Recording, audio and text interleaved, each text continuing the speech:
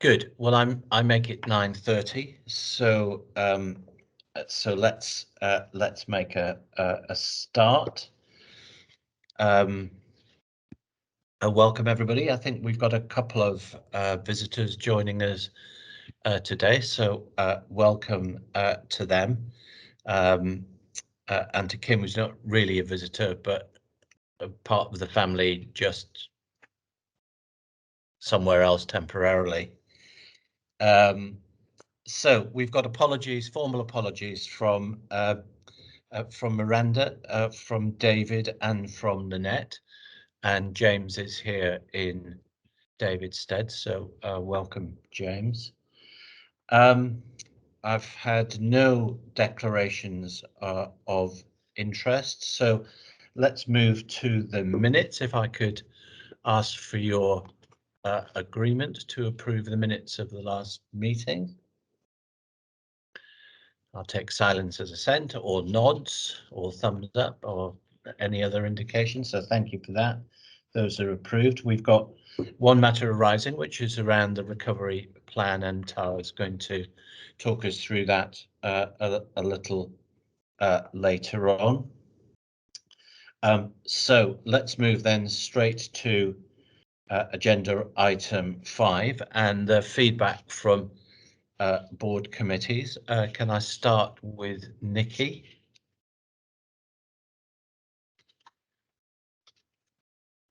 Thank you, Steve. I to find the right page. So I just wanted to flag that in addition to the meeting covered in the paper that was shared, the Audit Committee was also active in the prior period, not least in approving the accounts, annual governance statement, letter of representation, and the internal audit. And then over and above what was in the paper with regards to the Audit Committee that was on the 29th of July, the committee received an update on cybersecurity. Patching does remain an area of focus, as does transitioning away from older legacy hardware and systems. Work on cyber maturity is ongoing, and the committee asked that future reports provided assurance that risks are being managed over time, because that wasn't visible from the report that we received. In terms of EPRR, the EPRR report was to be referred to the board, and I defer to Pete to confirm that that's scheduled. I can't see Pete on this call, but I am here, Nikki. It is due to come up. Perfect, thank you, Pete. We also asked for an update from the team to confirm whether the benchmarking that was referred to in the report we received indicated that additional resource would be provided. I haven't had an update yet from the team. Pete, have you seen anything? No. Not yet, I'm afraid. Okay, so essentially in Audit Committee, we were hearing from the EPRR team that they felt under-resourced and that there are concerns and risks around the business continuity plans.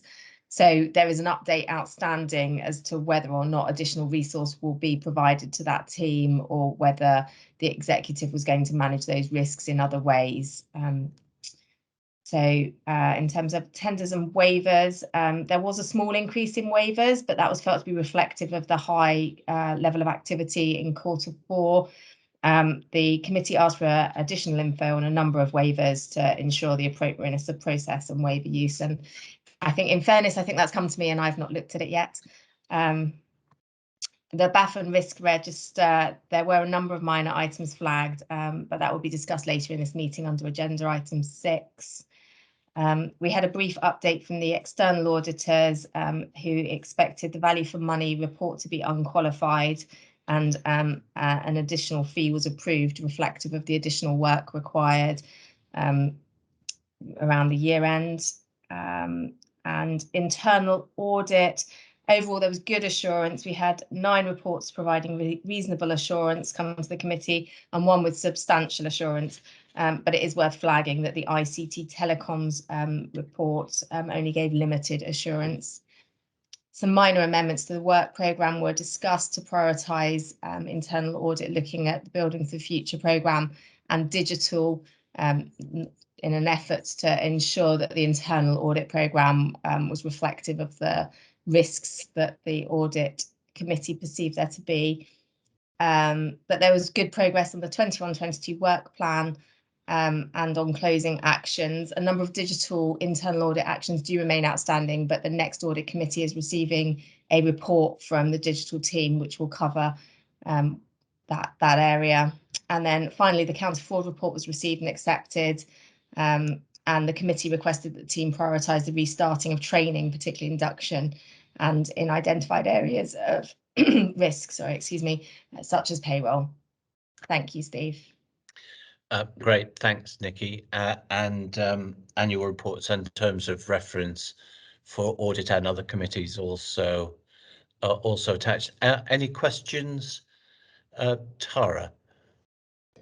Just to pick up on the point regarding the EPRR team, we are actually having a peer review on the 19th of August.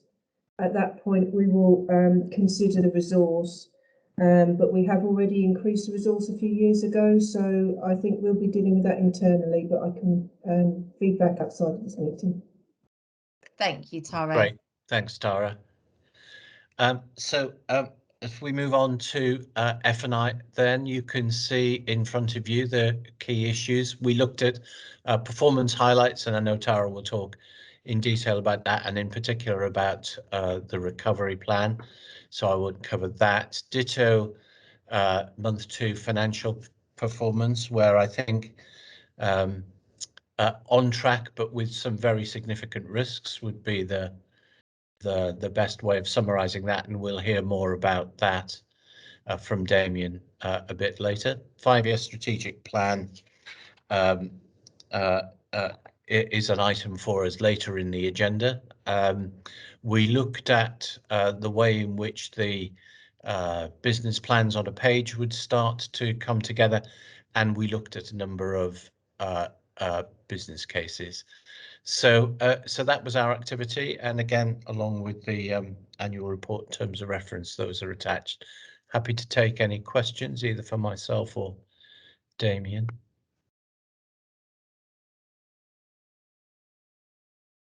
It's going to be a short and quiet meeting. That's very good. Okay, can we move then to pod? And in Miranda's absence, Steve, are you happy to just take us through that? That's absolutely fine, Steve. So there's two, good morning, everyone. There's two papers, there's two meeting papers attached in the annual report.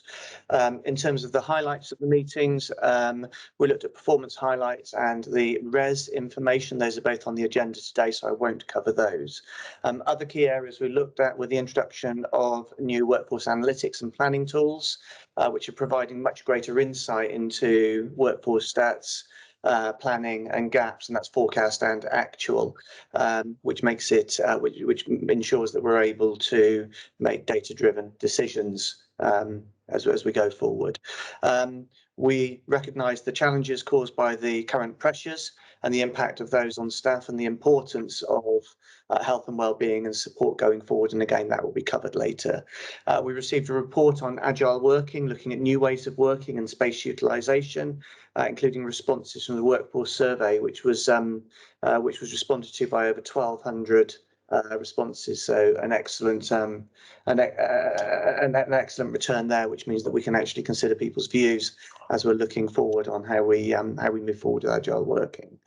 We had an update on the progress of the people strategy, and the pod are looking forward to informal engagement late this month, early next month, prior to any formal discussions on the strategy taking place, which will come further. We also reviewed we also had a discussion on the education contract with the HEE. This contract at the moment has only been signed by 41% of trusts across the country because of changes to the contract, which are somewhat concerning. This is being dealt with at an ICS level, and we sought assurance that we were protecting ours and the system's position with that one. We also noted that following Brexit, that some EU candidates for roles would have to pay more for their UK transition education, and we noted the concerns around that. Finally, we noted that the volunteers had joined HR on the 1st of June. We're delighted to have them a part of the team. They're working with our temporary workforce group, and that will that will provide even more flexibility for our workforce and mean that we can ensure that our volunteers are fully utilised in the way in which they wish to be utilised as well. In terms of the annual review, Steve, just one point to make is there is a comment in there around the terms of reference being reviewed as a result of the outcomes. Just to inform the committee, the terms of reference have been reviewed and they've been updated, and the key change is the move to a sort of bi-monthly process where 1 month review, we review operational performance, and the next month we look more at people and OD type issue. So that picked up the key issue from the review. That's hopefully that's an okay review for you. Great, thanks very much, Steve. Questions for Steve? Nope. Should we move on to, thank you, Steve. Should we move on to quality and safety, Jackie? Thank you. There's two committee reports, one from July, one from June. The July one I didn't actually author, but it does cover the main points. On the falls, this has been a constant piece of work and an ongoing piece of work that we are very focused on, and it is more about looking at the assessments we've used. They've been revised a few times, but also reassessing people if their condition changes, which is one of the new learnings. The patient's story from an acquired brain injury was very poignant, and although these are low numbers, the difficulty for people to get rehab from hospital out into the community was underlined, and the committee endorsed supporting a region-wide approach which has been trialled at Brighton, so that was positive. The Baffle for infection control has been revised as national guidance changes. There's some things that we will find difficult to do more of, like ventilation as the summer comes, given our estate, but we're doing all we can. Just a slight issue, not to underestimate the difficulty of managing COVID patients when there's not many of them is equally difficult than when you're swamped. So the operational pressure that puts on is important. Just the cancer review, we asked for it to go back and have a deeper look because some of the metrics weren't as positive as we thought, which is all in train. They've done a good job. The one thing was that we need to increase patients' access to trials should they wish, and to bring research nurses closer to them, which is underway. And the last thing, which is not on here, is we did do, there was a pharmacy review of integrated care, and the committee took very good assurance that we know where the issues are, and we have got them in train. It was particularly things like treatment of diabetes. The committee on the 17th of June, we asked to have more understanding about the impact on outpatient services, and we took good assurance that the efforts that are going into reprofiling, relooking at the issues of virtual and face-to-face outpatients well in hand, and this is a good level of control. The current risks really, just the safe environment for midwifery, some tidying up to do, but that is underway for capital. The number of escalation beds running not just through winter, and the community just going back to restoring. All those were discussed under the BAF and high level risk register. All have got good ownership, and the rest of it is as mentioned in the summary. The matters for escalation were taken to the board in June. So that's it. Any questions from the annual reports there for information as well? Great. Thanks very much, Jackie. Questions to Jackie? No. Okay, let's wrap that up there. I just wanted to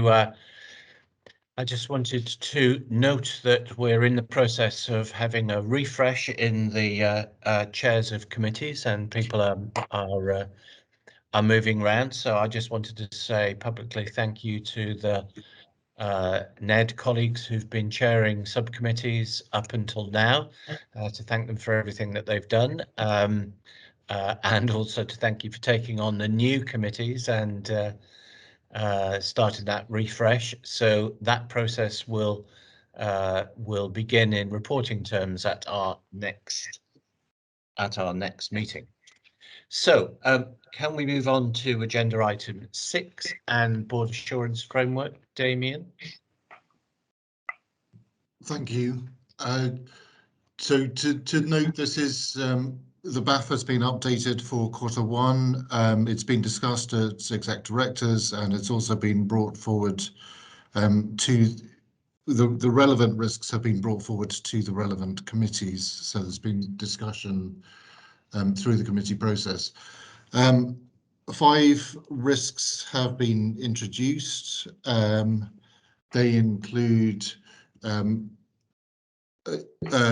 financial plan for 21-22, flagging a risk against auto dial alerts, capturing patient alerts for nerve centre, recruitment to trust vacancies is the 5th one, and we've also adjusted the scores in 3 areas. One is a recognition that COVID risks overall have decreased. That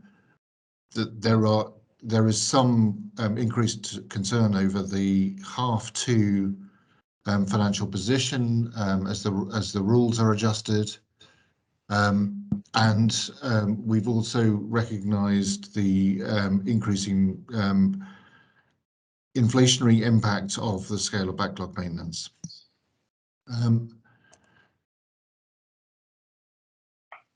Not sure that it's helpful to go through individual risks issues. Clearly, the risk owners are available to discuss them for each of their areas. So, could I hand over to questions?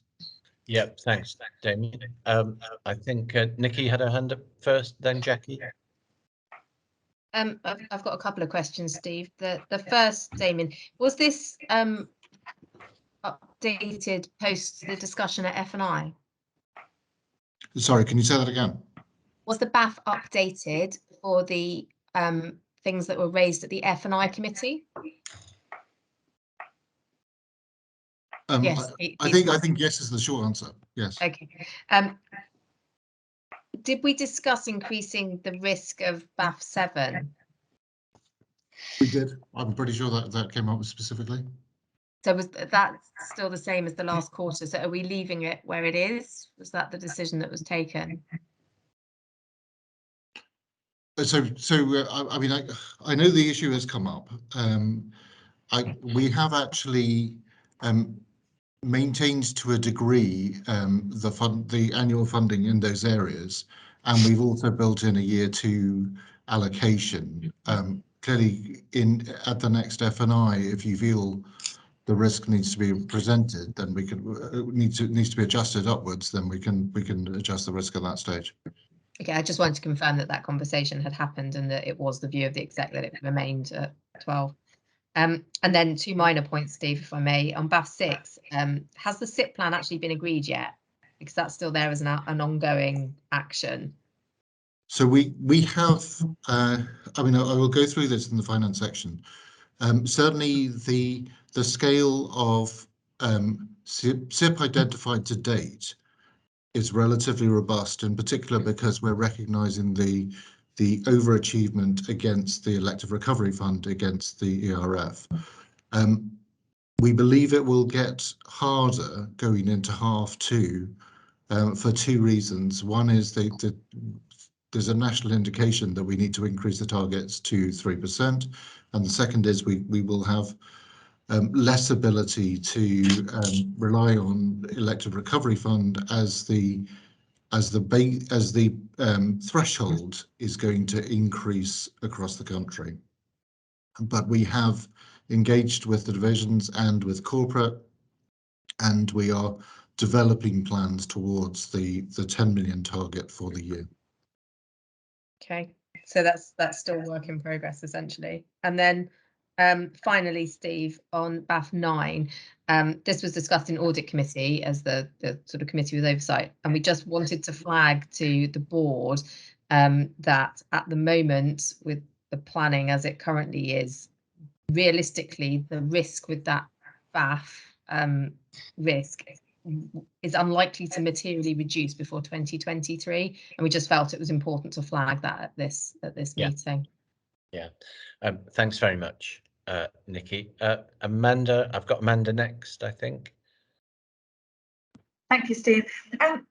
It's a question for Steve, actually. BAF 5, protecting our staff, Steve. We had a good conversation at Pod about staff and wellbeing, etc. But I just wondered if you could illuminate for the board the work that's going on violence and aggression, particularly given that COVID-19 did actually impact in terms of how we were managing that for staff. And I think it would be helpful just to illuminate what we're doing, given it is a significant risk. Sure, thank you for the question, Amanda.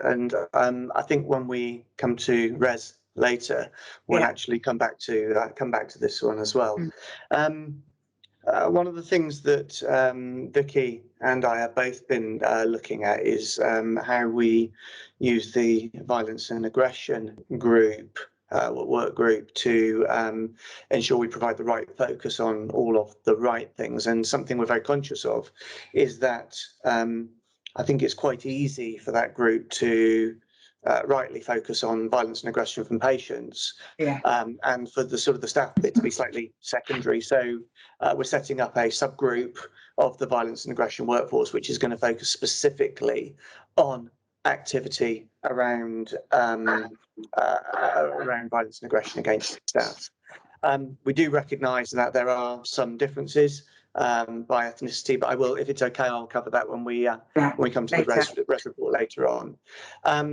The staff survey highlighted the issues, and it's one of our number one priorities, one of our 3 priorities from the staff survey to deal with this area. We've got, we're working with the network groups, not just the BAME group, but the other network groups, to identify what we can do to support them in this area, because there is a difference which shows for those people in the protected characteristics. So we're focusing very much on how we can support those areas, working with the network groups. We're working in each of the divisions to identify hotspots. We've got the ability to identify hotspots where this is happening. And we are working with those hotspots. We've also beefed up our induction training, our leadership training, and our management training to include a real focus on these areas. So what we're trying to do is to firstly ensure that everyone is aware of the issues and dealing with them. Secondly, we're constantly communicating about them. And thirdly, we're using the data we have to identify hotspots, to go into those hotspots and to work with people to, work on the on specific areas where support is needed. We're also working very closely with our Speak Up Guardians. And we are the Speak Up Guardians over the last month. We've made an agreement that, or we have an agreement that whilst they will maintain their direct reporting to the chief executive, which is absolutely appropriate, they are aligning sort of on a dotted line basis with the health and wellbeing team, so that we've got much more alignment in terms of the information that's coming in. Lastly, we're reviewing every data text that comes in to do with violence and aggression against staff, and we are ensuring that they are reviewed and there's a plan against each of those. So there's a whole range of activities. I wish there was sort of a magic bullet is probably the wrong term to use in this, but I wish there was a magic solution to it. There isn't, but what I can assure the board is we are taking all of the data and all of the information, and we're focusing in on it and ensuring we're doing everything we can to keep it very, very high up the agenda. Thank you, Steve. Thank you. Thanks, Steve. Jackie. Thanks. Just a question on BAF 6, financial stability. Are we tracking emerging cost pressures? Because we're not showing that there's a risk associated with cost pressures. Is that because they're included, or we're making an allowance in the CIP? I just thought, what are we going to do about cost pressures, and how big is the risk? So Jackie, you're absolutely right. Cost pressures is a major concern going into the second half of the year. In particular, our recognition of the quality and review of nurse staffing includes at least a 2% increase in staffing, and frankly, the total recognition of trying to get back closer to full establishment has increased pressure significantly, given that basically our baseline was fixed in 2 years ago, and the only elements we've had as an external increase are funding for COVID and funding for the community upgrades and UTC. So outside of those areas, that there is a significant cost pressure in terms of hitting the year end. That actually is the reason why we've gone ahead with a 3% target for the year end and a 2% target for the first 6 months before having those nationally spelt out, because we have to have a way of trying to absorb them. I will go through other elements that we're doing through the year to manage, which we've listed out as the opportunities within the year when we get to the finance section. Thank you. I did just have another question on 5, protecting our staff, whether or not there has been any decision on top-up vaccines, given that our staffing, the percentage of people who are off sick with COVID is showing a slight uptick. Steve, are you happy to answer that? Sorry, I was on mute. I can give a bit of an update. We're expecting an announcement today or tomorrow at a system level in terms of our approach to the delivery of top-up vaccines. We're expecting a programme to start within the next month or so. And as soon as we have more information on the actual detail of the programme, then I'll be happy to share that. I think one of the biggest questions and challenges at the moment that is facing people is over how we deliver vaccines to the broader health and social care population, reminding people that that's over 100,000 people in East Sussex, in Sussex. So it's a very large group. So I think the detail that we're expecting will relate to how that will be delivered going forward. Thanks, Steve. Paresh. Thanks, Steve. This is a question for Damien. Damien, at the last FNI, we discussed the kind of guidance from the centre regarding H2. Have you had any further update from that, or any further guidance of how F2 funding will emerge? So there's limited guidance that has been published. We believe the increased targets will start to flow through months 4 to 6, and we believe the total target is the total threshold is to deliver 95% of activity that we were doing 2 years ago, and that's in the context of having some areas in the hospital excluded because of to manage COVID. So actually the 95% target is going to be quite a big ask, especially if non-elective pressures continue going through the summer and into the autumn. In terms of specific guidance, we believe we will have a draft of the H2 allocation just before September. The actual finalisation of the model, we believe will take all the way through to November. So it will be after H2 that we'll see the final allocations agreed. But we will be given initial indications and work to initial indications before September starts, or before before we can start H2 in October. Follow-up question, if I may, Steve. Basically, and Damien's, how does that impact CIP targets then? Because obviously we are working in a bit of a vacuum in terms of how the target will actually move. I guess it will move upwards. And how does the organisation feel about achieving those targets? So I actually think that is why we've asked quite a tough target, given that there's also pressures on COVID and there's pressures to hit the 95%. I'm more concerned about us as getting a full programme that achieves the 3%, because actually that would represent a significant development from where we are now. So far, we've identified something close to 3 million, and we need to increase that to 10 for the year. But we have engaged all divisions, and frankly, there are two elements. There are a couple of elements that will allow us to count things non-recurrently that will help us towards the 3%. In particular, if we recognise that we won't quite achieve 100% of the establishment, then it becomes easier to do at least non-recurrently. It's just that we haven't worked through the detail of those numbers yet.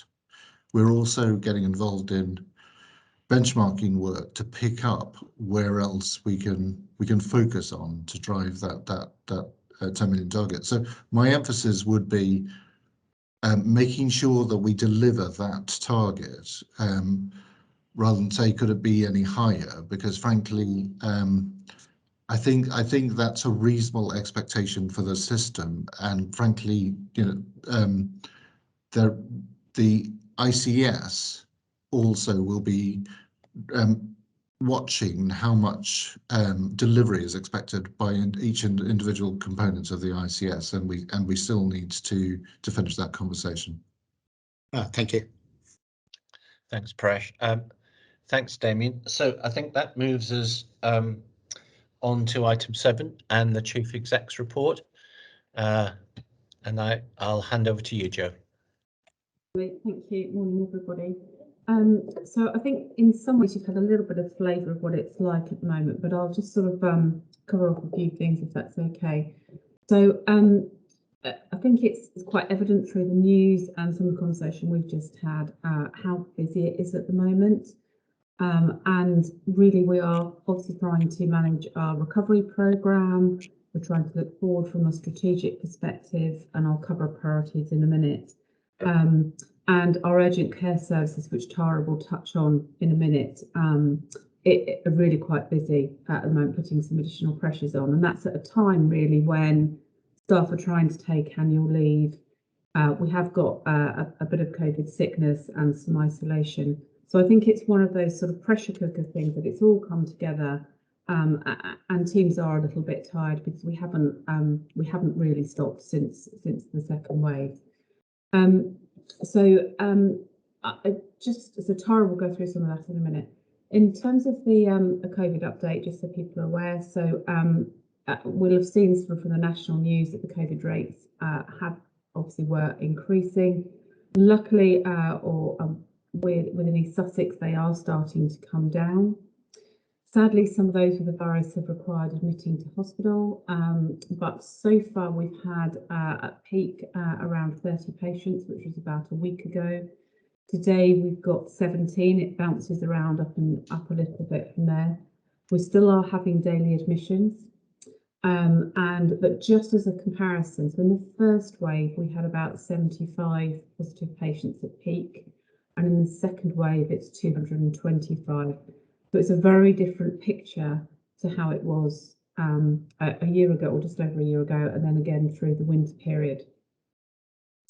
We've had up to about 4 or 5 patients on critical care across our 2 sites, and then we've had a sort of another up to 5 or 6 patients on supported ventilation in our respiratory wards, so the non-invasive ventilation, for those of you that have got more information across that. We continue to run our red, our amber and our elective green, so we still separate patients out very clearly from the COVID, the suspected COVID, our normal and non-elective, and those that are coming in for elective procedures. I think Damien's just had alluded to that in the previous section. That causes some pressure actually, because we've got additional wards open, and that is putting additional pressure on financially, although it's covered up at the moment through COVID funding, but also on our staffing as well, because we've got additional areas. But we are encouraging people to take their leave. We have got staff affected through the isolation and our positive patients. but that is nowhere near where we were in the second wave, thankfully. I do just want to take the opportunity to really thank our teams. It is hard work at the moment, and I really want to say that. And it's not just our frontline teams, it's all our back office teams, all our support functions, and actually all of our leadership team as well. Everyone's working above and beyond at the moment to try and manage that balance of priorities. But we still have to look forwards, and there's an agenda item a bit later which Richard will talk through in terms of our new strategy. And it's important that we balance the looking forward as well as the here and now, because we've still got to deliver our services and make sure we've got a sustainable organisation going into the future as well. I just want to reiterate, we've got a clear set of objectives for this year, and I'll talk about this a little bit more in the AGM later. But that's supporting the health and wellbeing of staff and taking action on recruitment and retention. It's the recovery of our services. It's achieving the key access standards in our emergency departments and cancer services. It's delivering a break-even position for our finances and a real focus on efficiencies and productivity, or as what I'd call it, free capacity. We've got it, we're spending it, we need to make sure we use the resources that we've got available to us. We still need to maintain that high standards of care, and I expect all of our teams, to deliver their services with passion, compassion for patients and kindness to colleagues. It's really important that we do that despite the pressures. And of course, this is in the context, we've still got an ongoing pandemic. There's a number of NHS reforms that mean that we're working much closer now with partners, but as we're evolving our system, that is quite time consuming as well, because we're trying to change the way we work in partnership. And moving forward, really, our focus continues to be, or increasingly actually, on health inequalities and making sure that people aren't disadvantaged from, whether it's from their social background, that from an age perspective, their heritage, or due to any disabilities, and that's really important to us going forwards. So with that in mind, I just wanted, if that's okay, to introduce Kim Novis, who is a colleague who I think we introduced at the beginning. She's not currently working at ESHT, but she has been working with us on a British Sign Language app. Personally, I think this is a really exciting opportunity for the Trust. And I'm not going to steal anyone's thunder, so I'm going to hand over to Kim, if that's okay, to talk through the work that she's been doing. Thank you. Thanks, Jo. Welcome, Kim. Thanks, Steve. Thanks, Jo. And thanks for having me. It's really nice to see everyone. It doesn't feel like I've been away for almost 10 months, but I have. So I'll take the paper as read. I won't go into major detail about all of the background, but just to recap on why we developed the app. We know that COVID shone a light and exacerbated many of the health inequalities that already existed in many of the communities. And deaf people were not exempt from that. They were sadly left behind with things like the government daily briefings. BSL interpreters were really difficult to obtain, and obviously as we were moving away from face-to-face appointments and video appointments, ESHT was well placed to deal with this, as we'd already introduced things like video interpreting for our deaf patients.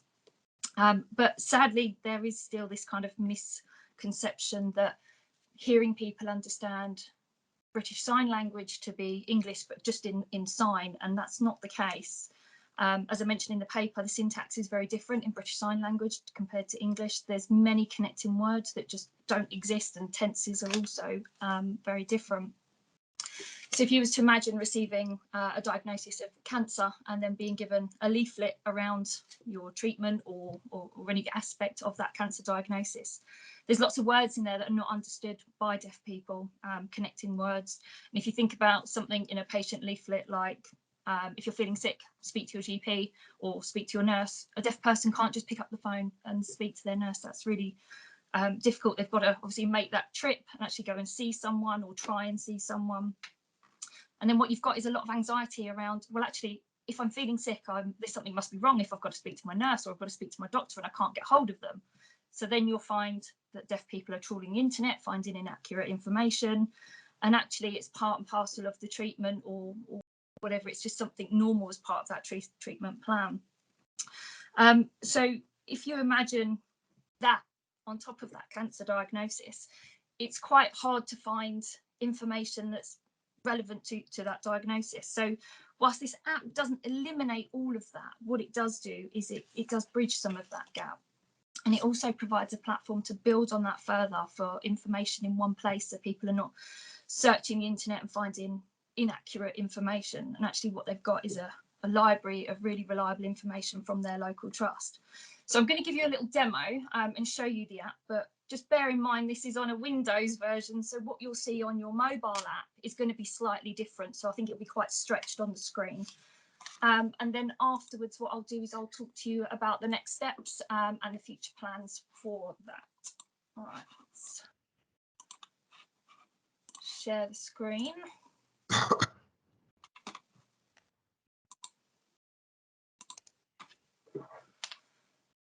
Hopefully that comes up. Yeah, so that's quite stretched, and it won't quite look like that when you put it onto your mobile app, if you have a look at it from the app.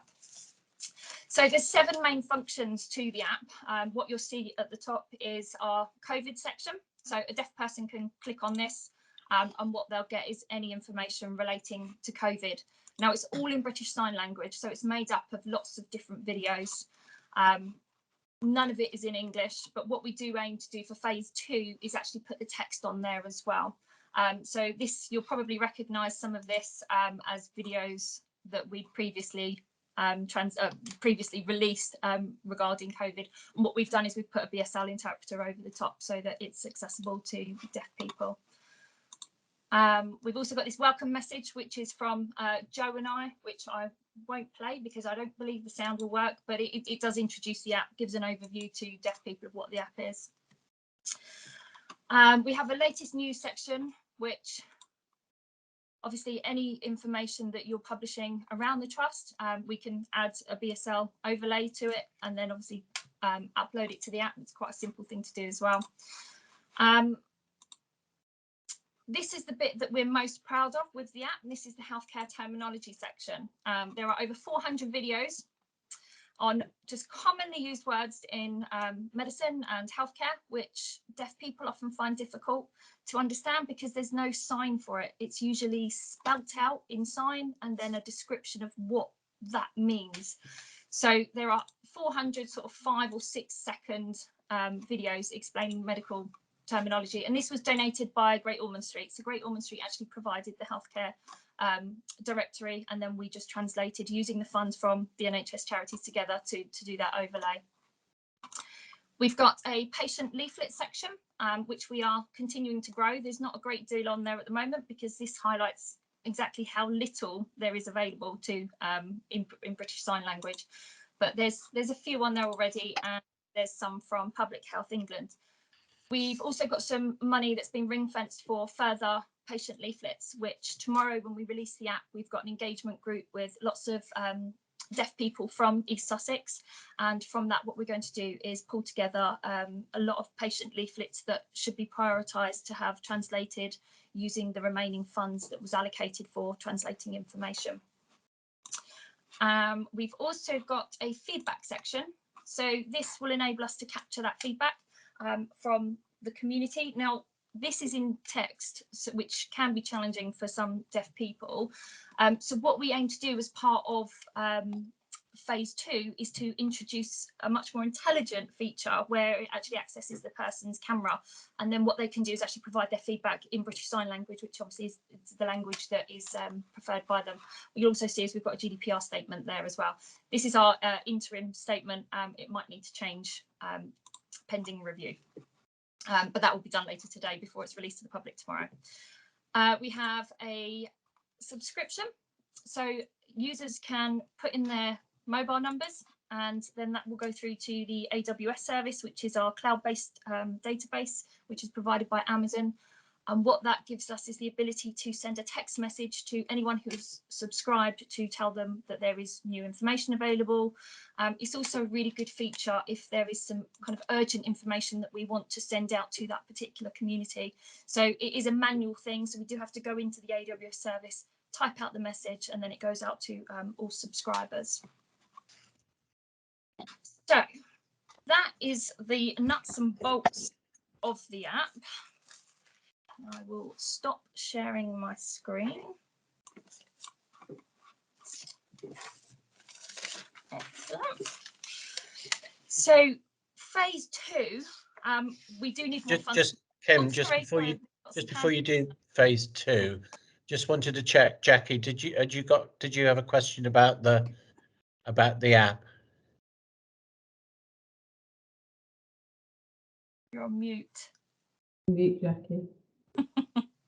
Always, every time. Sorry. No, my question was basically, it's probably more about phase 2, but first off, this is really excellent news. I think, you know, this is something that we've needed to do for a long time, and I think particularly around outpatients and changes in outpatients, that's particularly affected people who have hearing difficulties. So I suppose whether or not it's a phase 3, is there a way of individualising messages at some point so people don't turn up to find the only way we've informed them is to leave a phone message that their clinic is cancelled, which is a massive bugbear.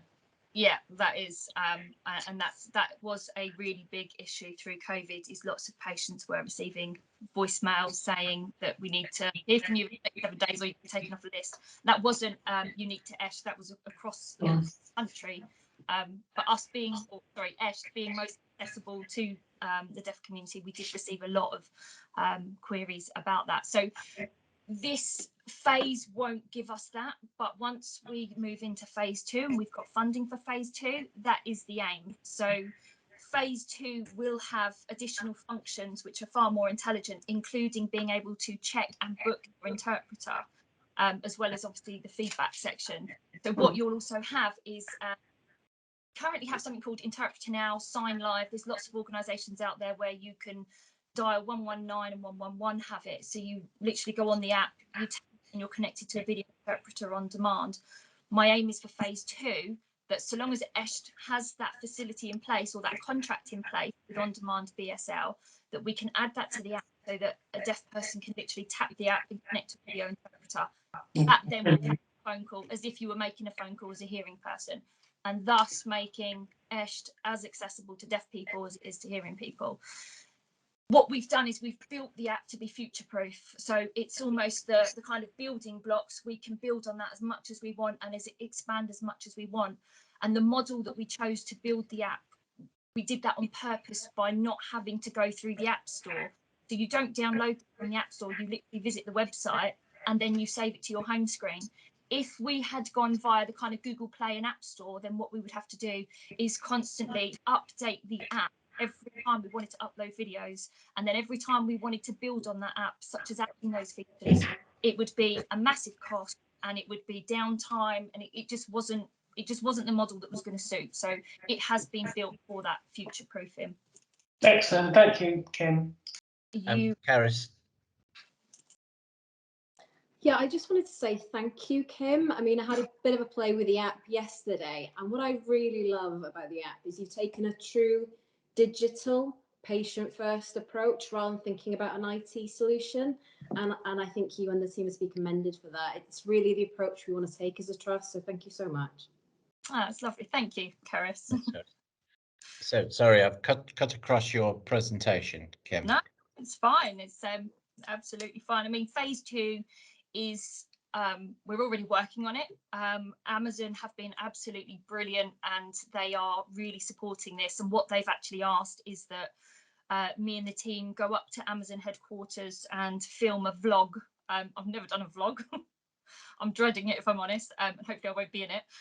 But what we're going to do is take up some of our deaf users, and Amazon are actually going, obviously, there's a bit more involved. Amazon will film the deaf people saying what the app means to them, but what their feedback from Amazon was, this is so unique, nothing like this exists, and they're really keen to promote it because it's such a good cause and something that's really needed. What we're hoping to plan for, and this is probably a bit more in the future, is to bring other trusts into it as well. So what you'll have on that home screen is a select your trust function, and then other trusts can actually sign up. And what we can achieve with that is shared and pooled resources. So rather than translate 10 appendectomy leaflets, actually what we can do is a shared resource.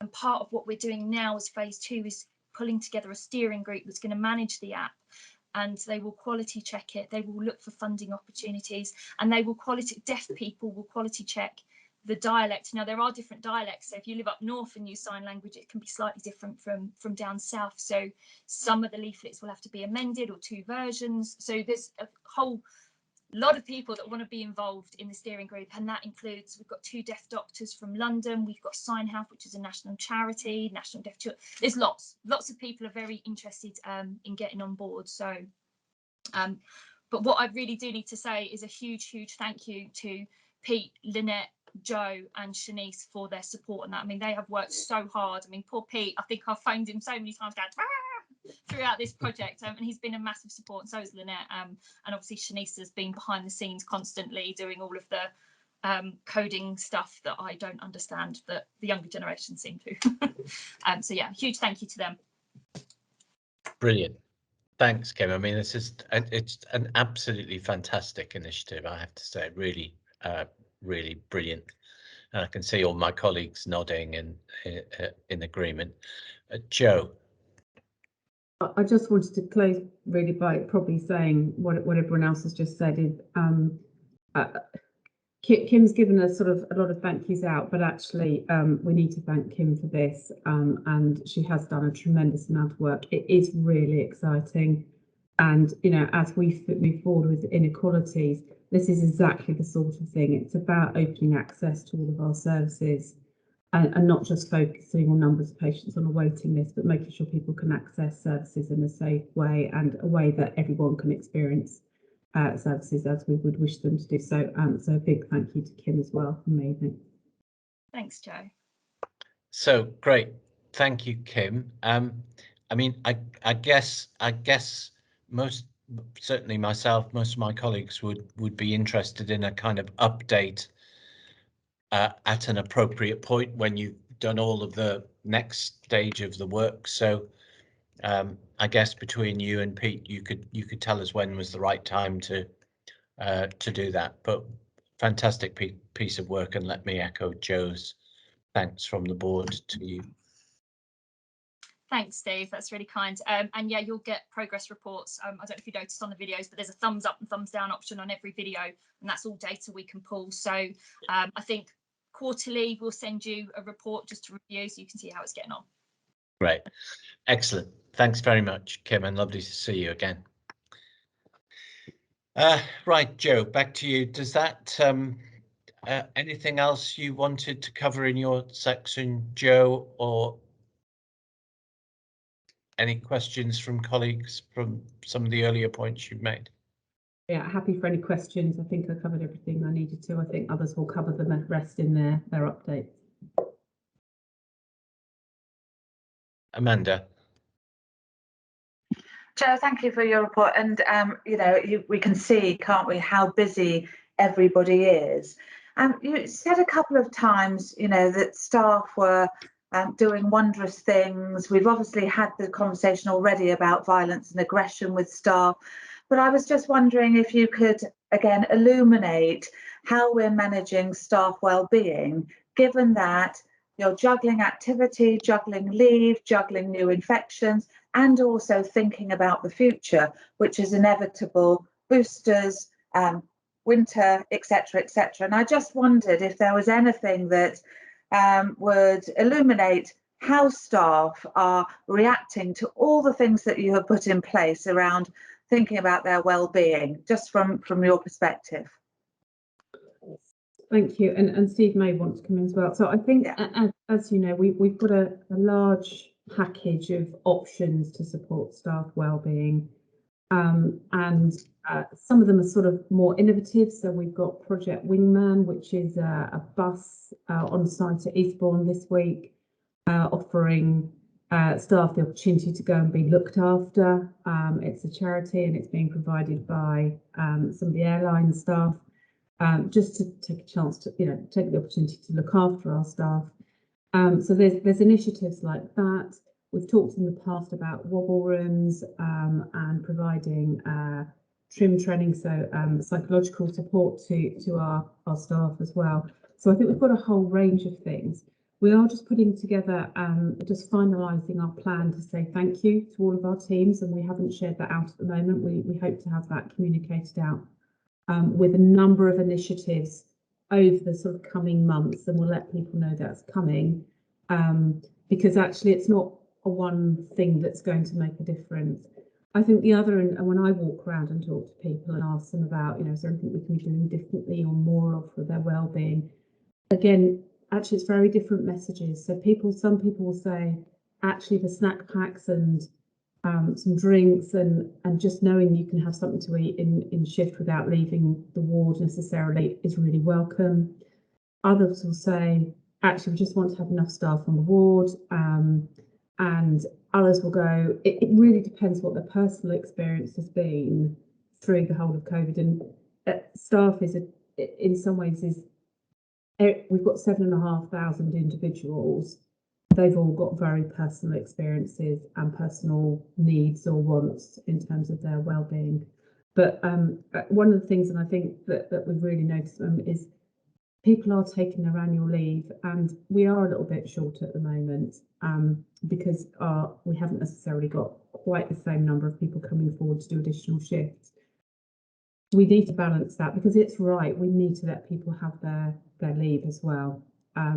So I think that's a sort of touching on some of that where we're trying to balance all of that. But it's probably overarchingly we've got a number of priorities I've said, but if I had to pick one, it is about the well-being of our staff because, as I've said a number of times, our staff aren't feeling great about things, then actually they can't look after our patients as we wish them to do so. So they are priority number one. But I know Steve might want to come in and just fill in a few bits. Thanks, Jo. Yeah, I mean, just to give a little bit more context to what Jo has said, many of the interventions that we're trying to put in place are around time and place of need. It's all well and good having phone lines and things like that people can call, and we do have all of that support. But actually, the closer we can actually get in offering the support to individuals, the more likely they are to take it up. And individuals, I think Jo mentioned it, is a key to this. So examples of that are we've got actually quite a large number of mental health first aiders now around the trust who have been trained in recognising signs of stress, signs of mental health issues, and are actually in working amongst people in order to support that. I saw Vicky's got her uniform on today. She's wearing her mental first health aider badge, I think, on her uniform. She's undertaken the training along with tens of other people in the trust. We are undertaking stress assessments where we're identifying there are areas where there's specific stress. So to date, 26 teams have received this support. 5 are in the process of receiving it, and there's 10 that are pending initial discussions. There's 33 staff as a result of that have been referred for individual trauma therapy or stress support. In terms of trim, we've delivered trim to 36 different areas at the moment, and there's 9 others that we're looking at. We've got 31 trim practitioners, and that number is growing. We've got another 13 that are undergoing training at the moment. Our health and wellbeing advisors continue to make contact with the high-risk areas. I talked about datexes earlier and other things, so we're reaching out to those areas and delivering them. The executive directors are in the process. We're just introducing a buddying between executive directors and some of the more high-risk areas so that we can actually check in, once, twice a week. It's not a quality walk, it's a how are things? And increased visibility. We're exploring how we can actually introduce health and wellbeing champions, if you like, role models across each of the areas who can act as role models. They can encourage staff to take breaks. They can encourage them to eat and hydrate regularly, and they can raise awareness to the health and wellbeing offerings, but in a real-time basis again. So what we're really trying to do is get this as close as possible to people so that we're able to identify where the support is truly needed and to offer it. I hope that sort of expands on it, Amanda. Yeah, Steve and Jo, thank you. It's just, as you've illuminated, we have to keep adapting, because individual needs are how we're going to get the response. And so thank you. And I welcome this constant adaptation and constantly thinking about our staff and thanking them in bespoke ways, because that's what we've got to keep doing. So thank you for just bringing that to life for me. Thanks, Amanda. Thanks, Steve. That's a really kind of impressive suite of support. Good to hear about it. Shall we move to the integrated performance report? I'm conscious that we're just a little bit behind time. Let's start with quality and safety as usual, and Vicky and James. Thanks, Chair. So I'm joined by Dr. Wilkinson, Dr. Walker's on leave, so I'll just pull out a few headlines and happy as always to take questions, and Dr. Wilkinson will speak to the mortality information. So as Joe says, at the time of writing the report, the prevalence and our in hospital COVID rates were higher. Thankfully, they are lower. So as it stands today, the England rate is at 286. For East Sussex, that rate is 183. And for Eastbourne and Hastings, they're very close to that. So Eastbourne slightly lower with a rate of 177. And Hastings is still just a little bit higher at 190.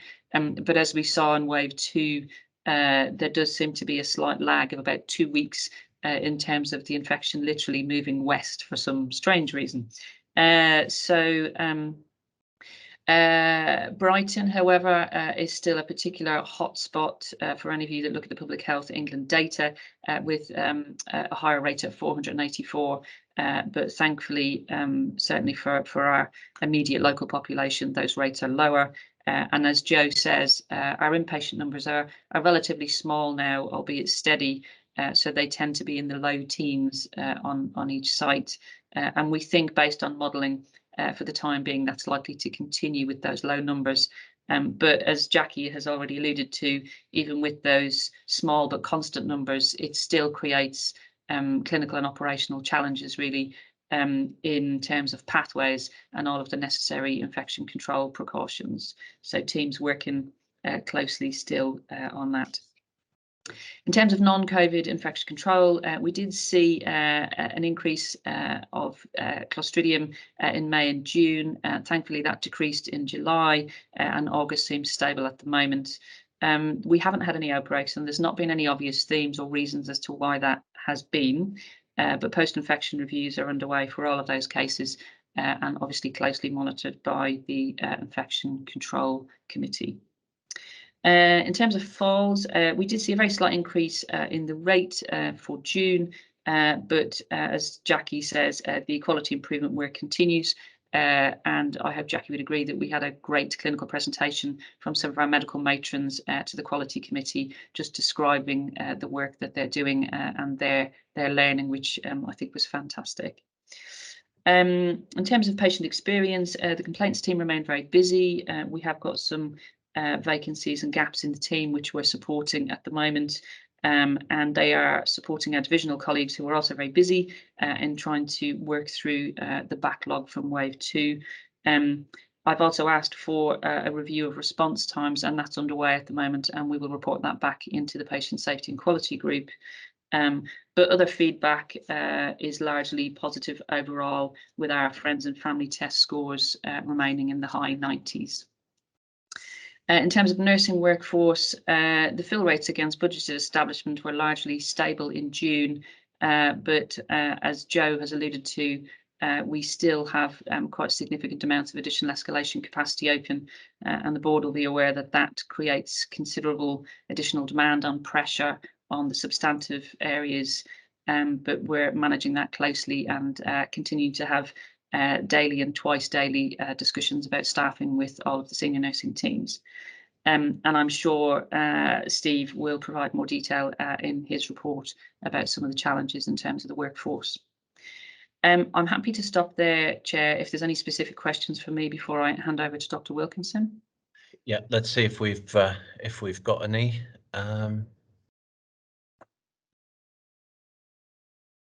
Nikki. Thanks, Steve. Vicky, I think you flag a risk to the commencement of the implementation of the PSIRF.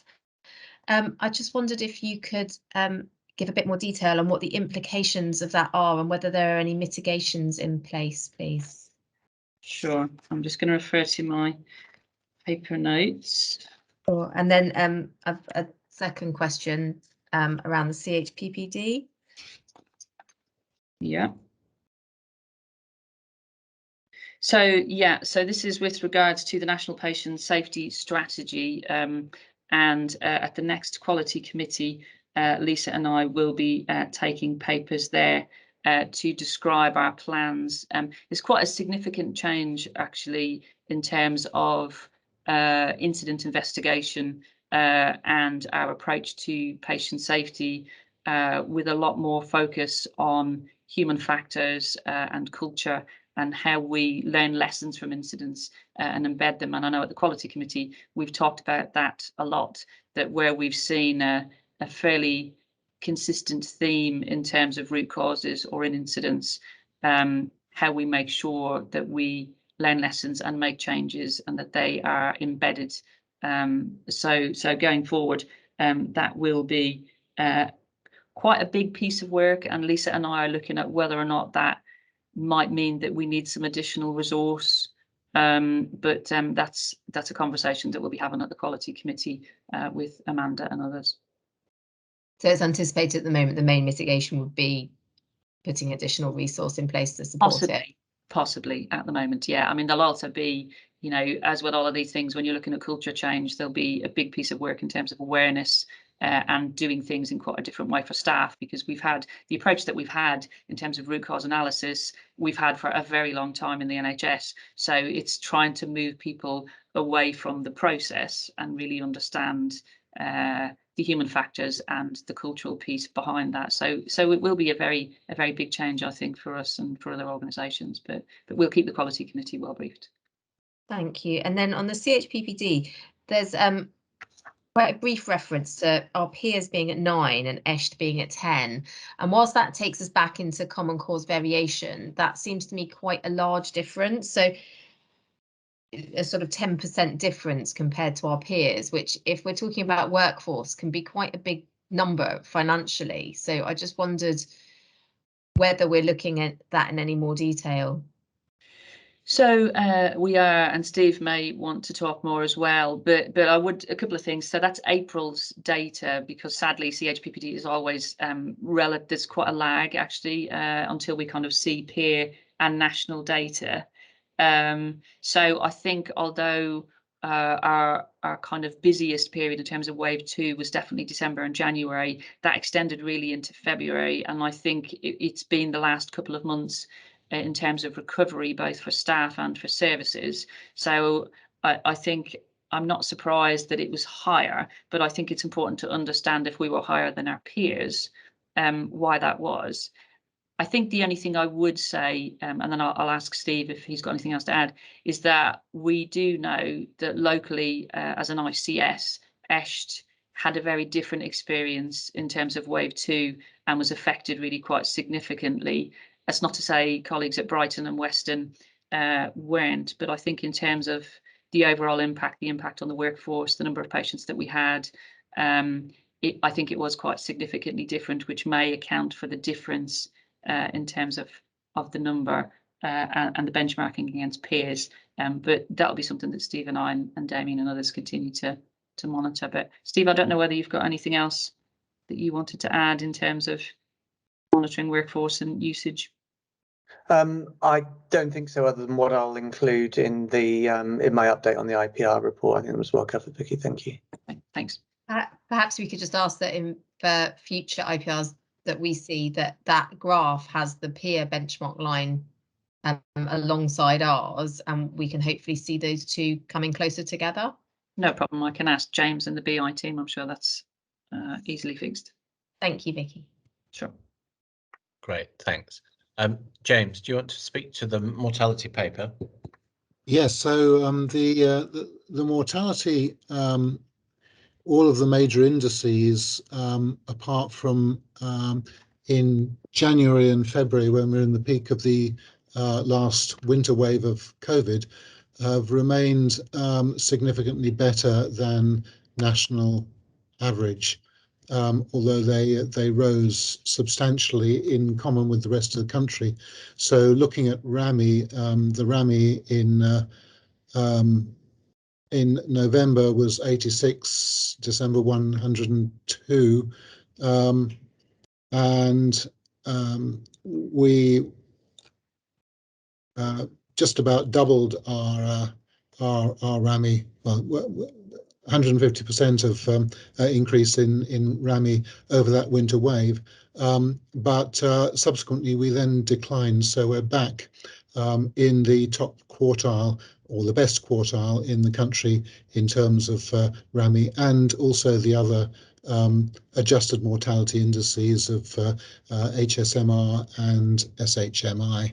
And our SHMI has actually drifted further down, which is a good thing, to 96%, despite the problems that we had over the winter in common with the rest of the country. So we were hit particularly badly in that winter wave, and we'd got away with relatively mild impact of the wave of COVID a year ago. The first wave we got away with quite lightly, but the winter wave was a very different matter, and the trust was one of the worst hit in the country in terms of bed occupancy. But that was reflected to an extent in the mortality statistics, but they recovered very, very rapidly as that wave went down. There's been a look back exercise in hand looking at what lessons can be learnt from the experience of the last winter's wave of COVID, which is still to be complete in terms of the factors that led to our difficult experience. But overall, I think the care that we gave was good, and that's reflected in the very rapid sort of normalization to our significantly better than average mortality indices. Great, thanks, James. That's I mean, that recovery of the position is really important, isn't it? Well, I mean, overwhelmingly important. Questions?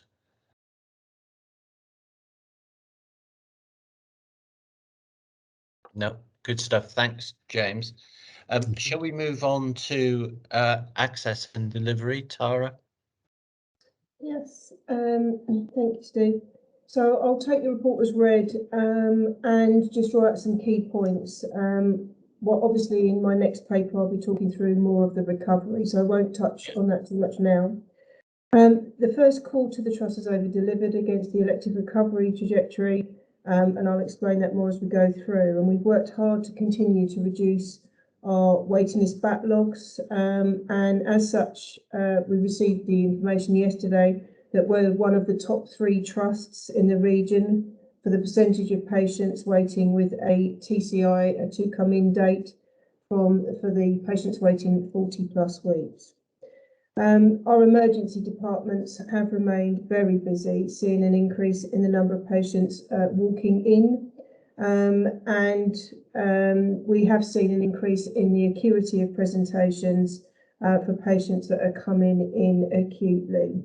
We did deliver 86.2% against the national target, but we do remain as one of the trusts in the upper quartile. So although not delivering the 95%, I think it sort of represents the pressures that we are under as a system nationally, and we have maintained our performance there. We continue to work with our system partners and promote the urgent treatment centres to improve the utilisation and performance of patients going through the urgent treatment centres. And we're also working with partners to see how we can influence and support patients to make real choices around the way that they pick where they go for their care, promoting the use of pharmacies, opticians, etc., etc. We also had myself and Shema, who's the chief for ED. We had a visit last Friday from a peer review from the London clinical lead for ESHT, same day emergency care. who visited the Conquest site. And one thing that was fed back to me, which I think is really is the ESHT way, is the amazing staff that we've got. Really impressed by our staff, our enthusiasm, and still, even though everyone, and we talked about workforce and the way that everyone's quite tired, the fact that we really are open and want to embrace change for the good of ourselves and our patients. So myself and Shoma will be taking through some of the suggestions that was made with regards to how we can improve our flow and utilise the space that we have currently to increase our throughput. So we continue to focus on what we can do to support the front door. And obviously we are working closely with CCAM as well, because they've been under significant pressures from workforce, which has caused delays between sites and also the time and flow of patients coming into our EDs. The DMO1, which is the diagnostic target, remains a challenge for us, purely because of the demand, and our activity itself is back to pre-pandemic levels. So again, that really shows how well our trust is working. And we do have the additional endoscopy capacity that was highlighted in the F&I summary earlier on with regards to insourcing for endoscopy. That starts this Saturday. So we expect to see the increase in our capacity, which will support not only the reduction of patients waiting for diagnostic tests, but the delivery of the DMO1 target and, of course, the cancer target. A significant focus for now and in the coming weeks is on the number of patients that we have medically ready for discharge and those patients who do not meet the criteria to reside. I think we've already heard several times about the impact that this is having on our number of beds that we have open. So we have an increase in the number of beds available for us as a result of the number of patients waiting. And it is seeing an impact on our length of stay. We're doing this with our system partners again, as the demand for community capacity is high, and there are challenges in the community and local authority, again with staffing, which also impacts on this. We are seeing an impact of not only Brexit, but also with the return to, I use the word like normal after the COVID changes, is that people that were working maybe in hospitality that were supporting some of our care homes with staff, they are now returning to their original jobs. So we're seeing a little bit of fluctuation in staffing in the community. So that's a challenge for us, but we continue to work through that and support all our clinicians with our discharge profiles. And we are actually putting a focus on that through our site meetings 3 times a day, and really looking at how we report that and make sure that that is fed back to our clinicians on the front line. Our cancer performance was in line with our trust trajectory, just over the 72%. This continues to remain a challenge for us. We've got all of the issues that I said before with regards to our diagnostic capacity, but we are also working with our patients, because there are a lot of patients now, and we're seeing this more and more, when we call them to come in for either elective or any procedure, they are actually going away on holiday. So we talk about our staff wanting to have a break, but actually our patients want a break as well. So we're trying to work with our patients to manage that. But to reiterate what's been said, I think publicly I'd like to thank all the staff who are working tirelessly across all specialities and all modalities to support all of our recovery and the delivery of care to our patients. So I will pause there and ask if there are any questions. Thanks, Tara. Jackie. Thank you, Tara. I think the work we're doing around non-admitted, non-elective and on cancer is really commendable, that we're holding our own and improving where we can. But I am worried about our elective, given the size of the waiting list, given staffing issues, given winter pressure and the additional beds. So I guess I'm looking for assurance or acknowledgement that delivering on the elective is going to get tougher if we're already on extra beds and winter isn't here. And a couple of the independent sectors are now offering signing on bonuses and higher salaries for theatre staff, which could be a real threat to us. So I'm kind of looking for a reality check on just how tough our elective programme is going to be. Okay, well, I was going to pick some of that up in the next paper anyway, but just to touch on it now.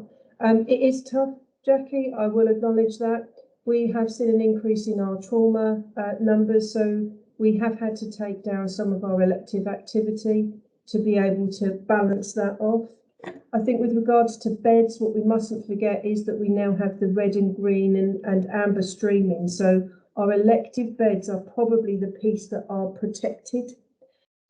We have got a shortage in our ODPs, so our operating department practitioners, and that has been a struggle for us.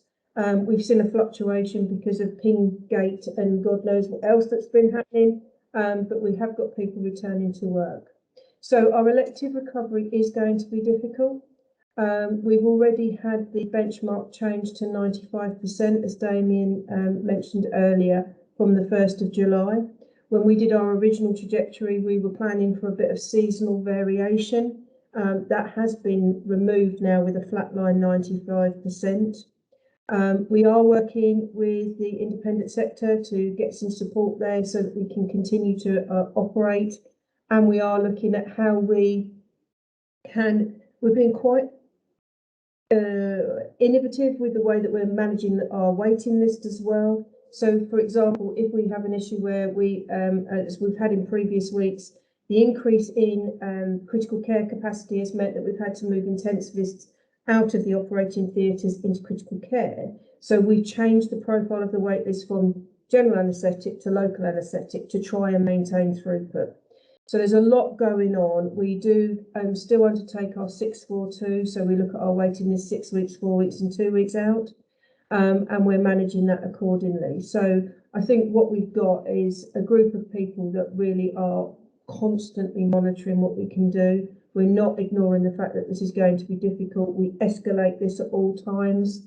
I think what we will struggle with if we can't sort out community capacity will be procedures like for orthopaedics when we need some rehab in the community.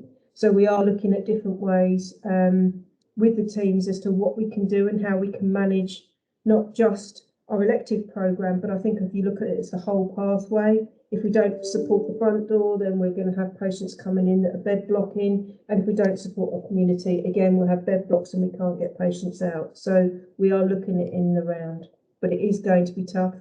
And we do make sure that we have a forward look at each of our elective care boards every week as to where we are with regards to bookings.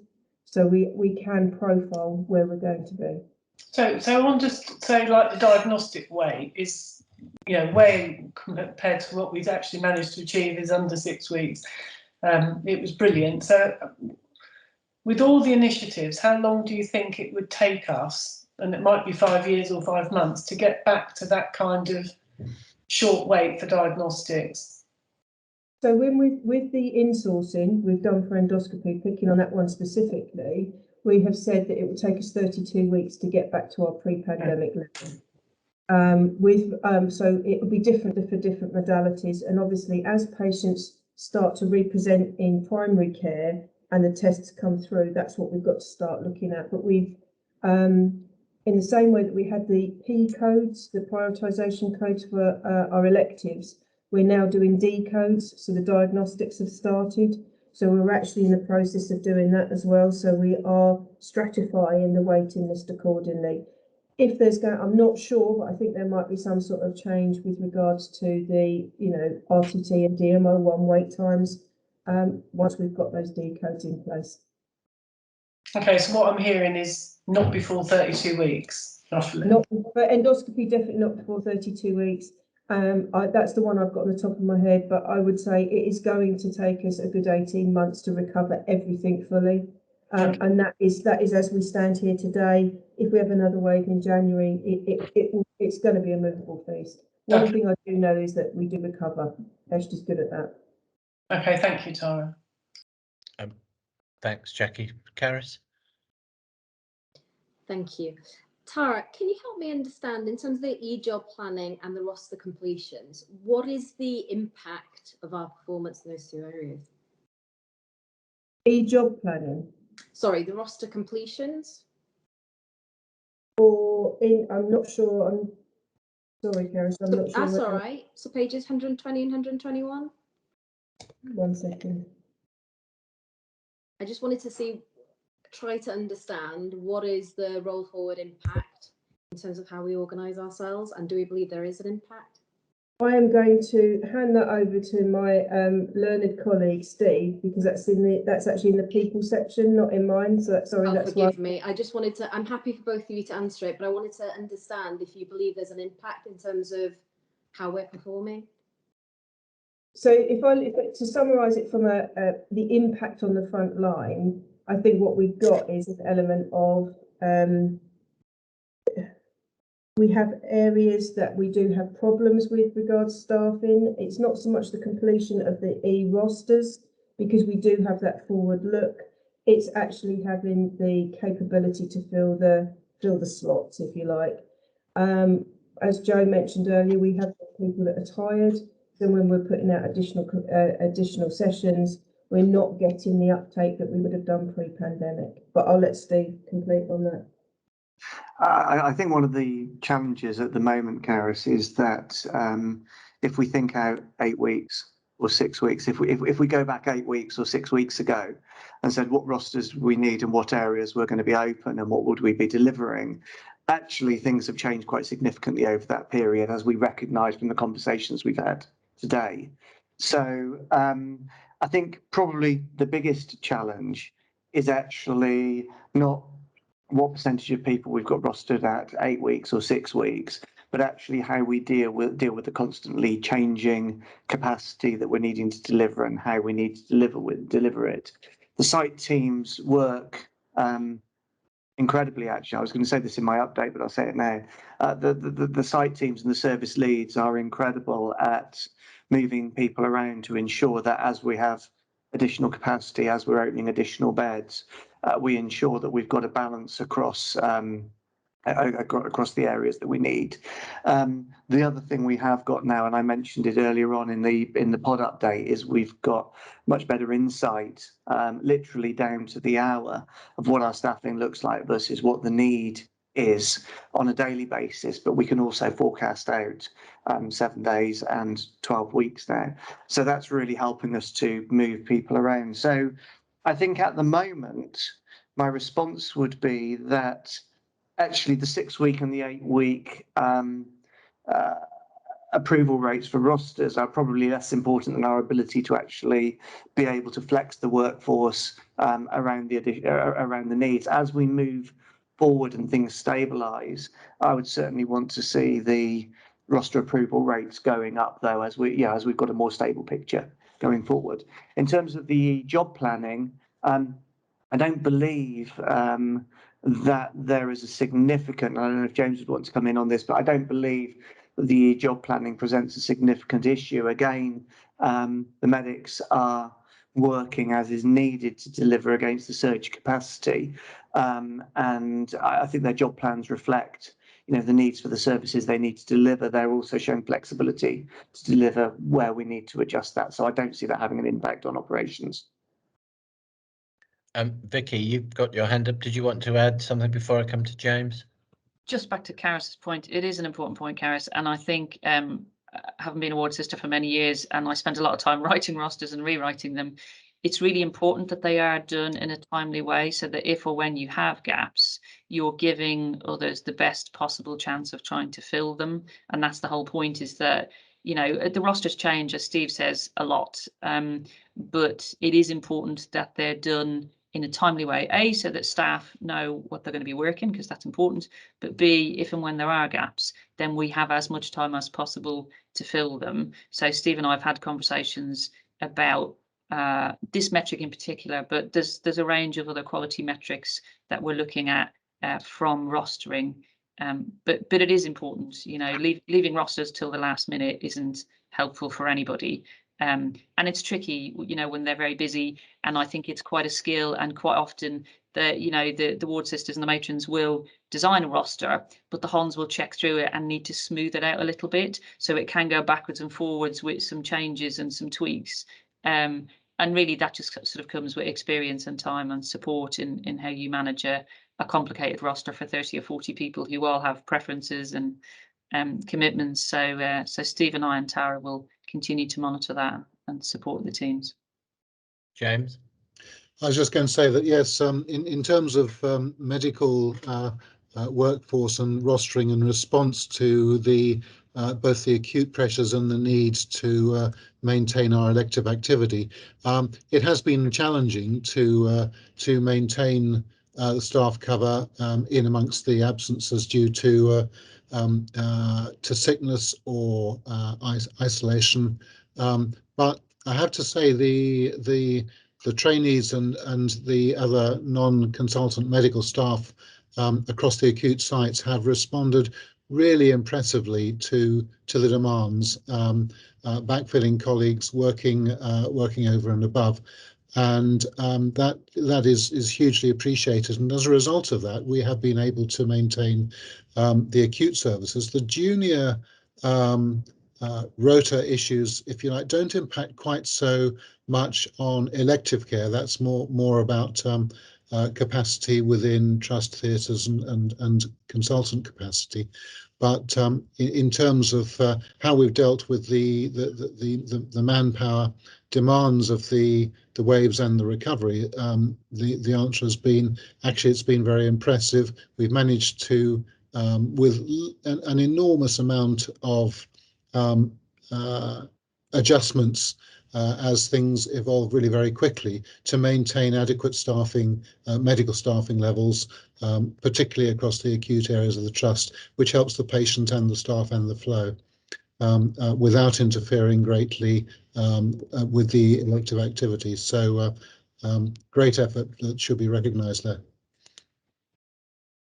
Thanks, James. Thank you. Thanks, Caris. Amanda? Thank you. I'm not quite sure how to frame the question, because but what I've heard and reading from your papers, Tara, you know, what a phenomenally busy time this is, and what a phenomenally complex job this is to juggle the activity, the beds, the staff, all of those things, feel like so many variables that you're juggling with constantly, and the working assumptions that you're using to say that we'll recover diagnostics in 32 weeks is at best the best judgment that you can apply today, but we actually don't know, do we? So what I'd like to understand a little bit more is the benefits of partnership working and the risks of partnership working to our very, very precarious delivery plan. And it's precarious not because it's not well planned, it's precarious because of all the variables and the risks that we're delivering with. So what are our set of assumptions of partners in order the optimum delivery of our plan? And are there risks to those assumptions? Does that make sense, Tara? So I note, for instance, in your urgent care report, you refer to a little evaluation, a test that you're doing with primary care. Are we scaling that as an impact in terms of our urgent care delivery? So I want to know, I've got a sense of how ESHT and our performance is managed through our committees and how we sense check and manage risk, but I want to know how I'm judging that with our partnership working and the expectations of that.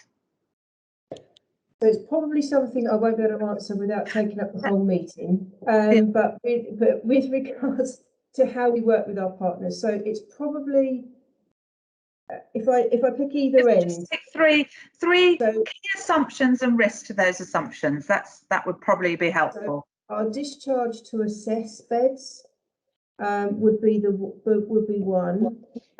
We have so there's 79 available to us in the East, and actually 69 of those available to us at ESHT.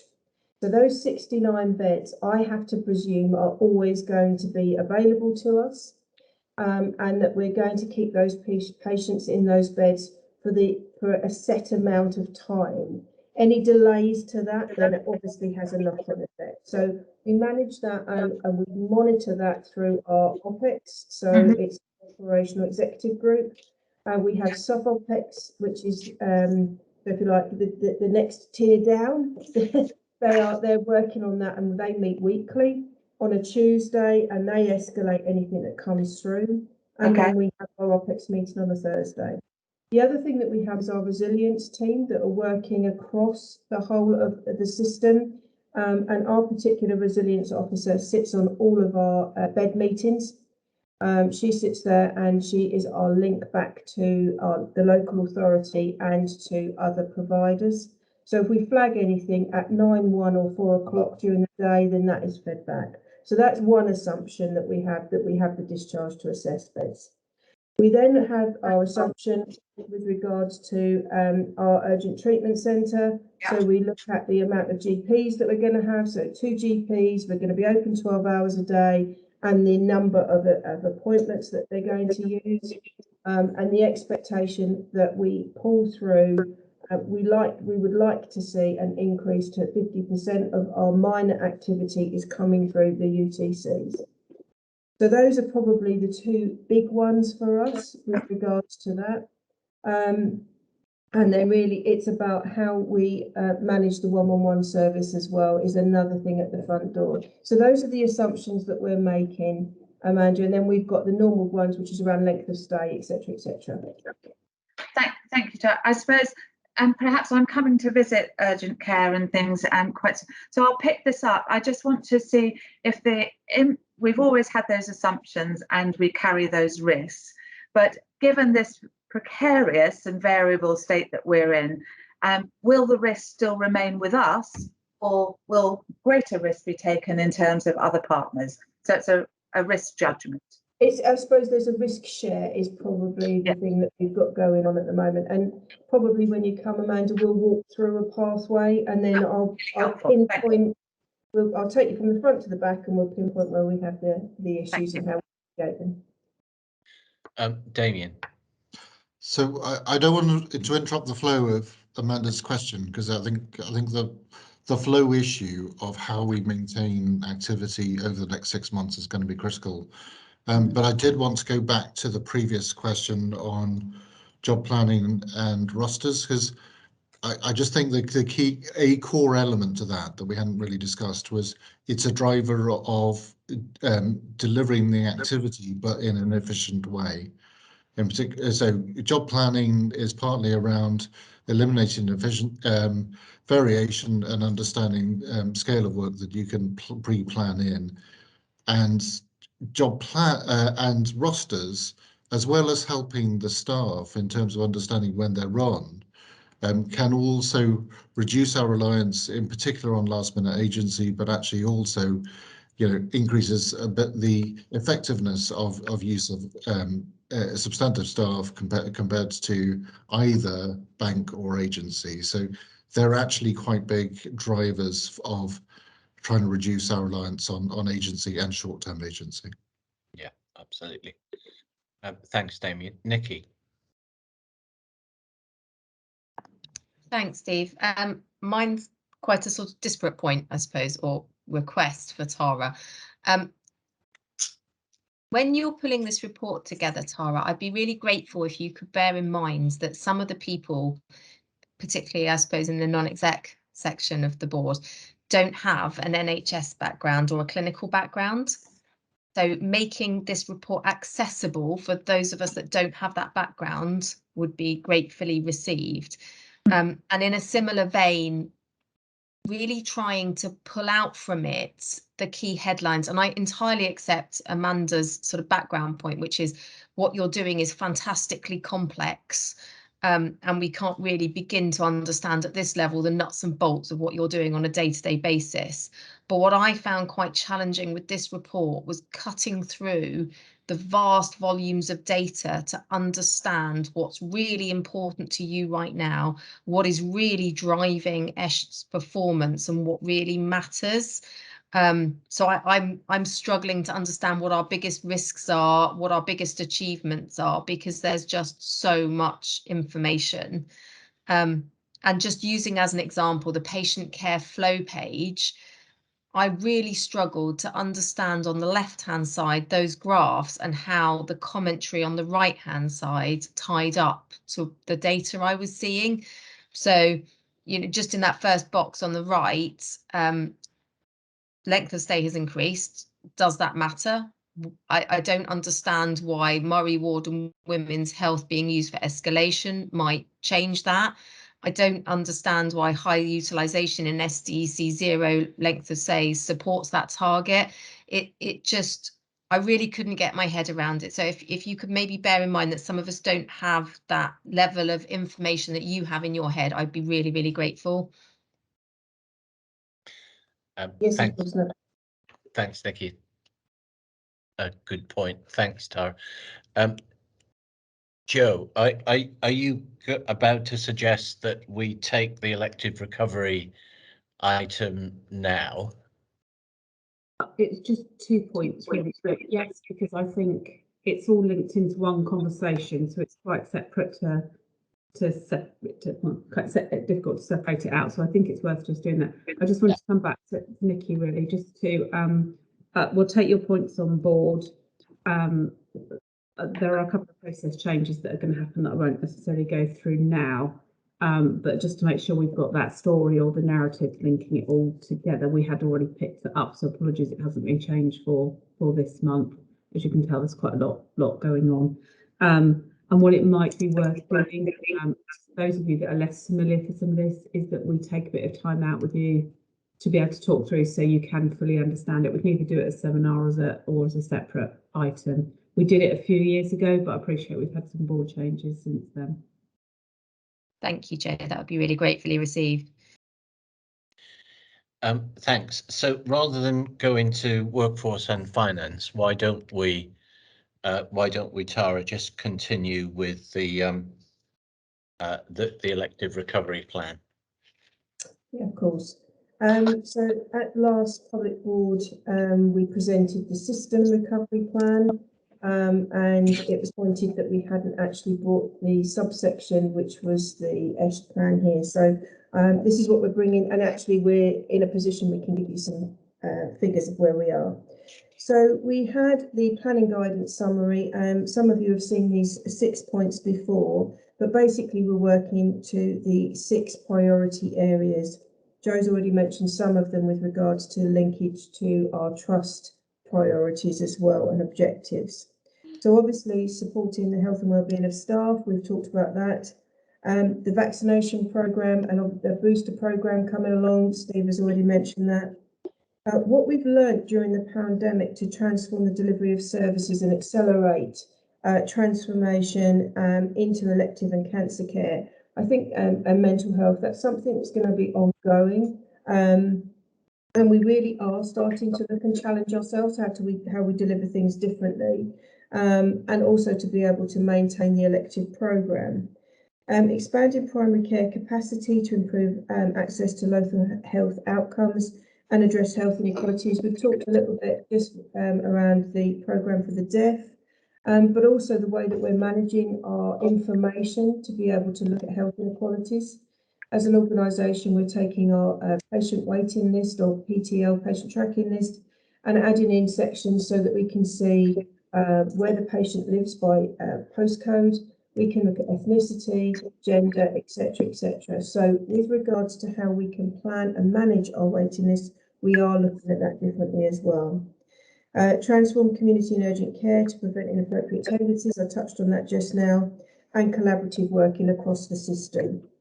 So those are the 6 key elements and objectives that we're working to. And the paper sets out a lot of what we're doing with regards to preventing ill health and reducing inequalities, what we're doing for our people, which we've touched on in depth, and Steve will probably carry on with that as well.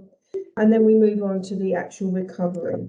In the report, you will see the trajectories that we agreed as a trust and submitted to the system with regards to our elective and cancer recovery.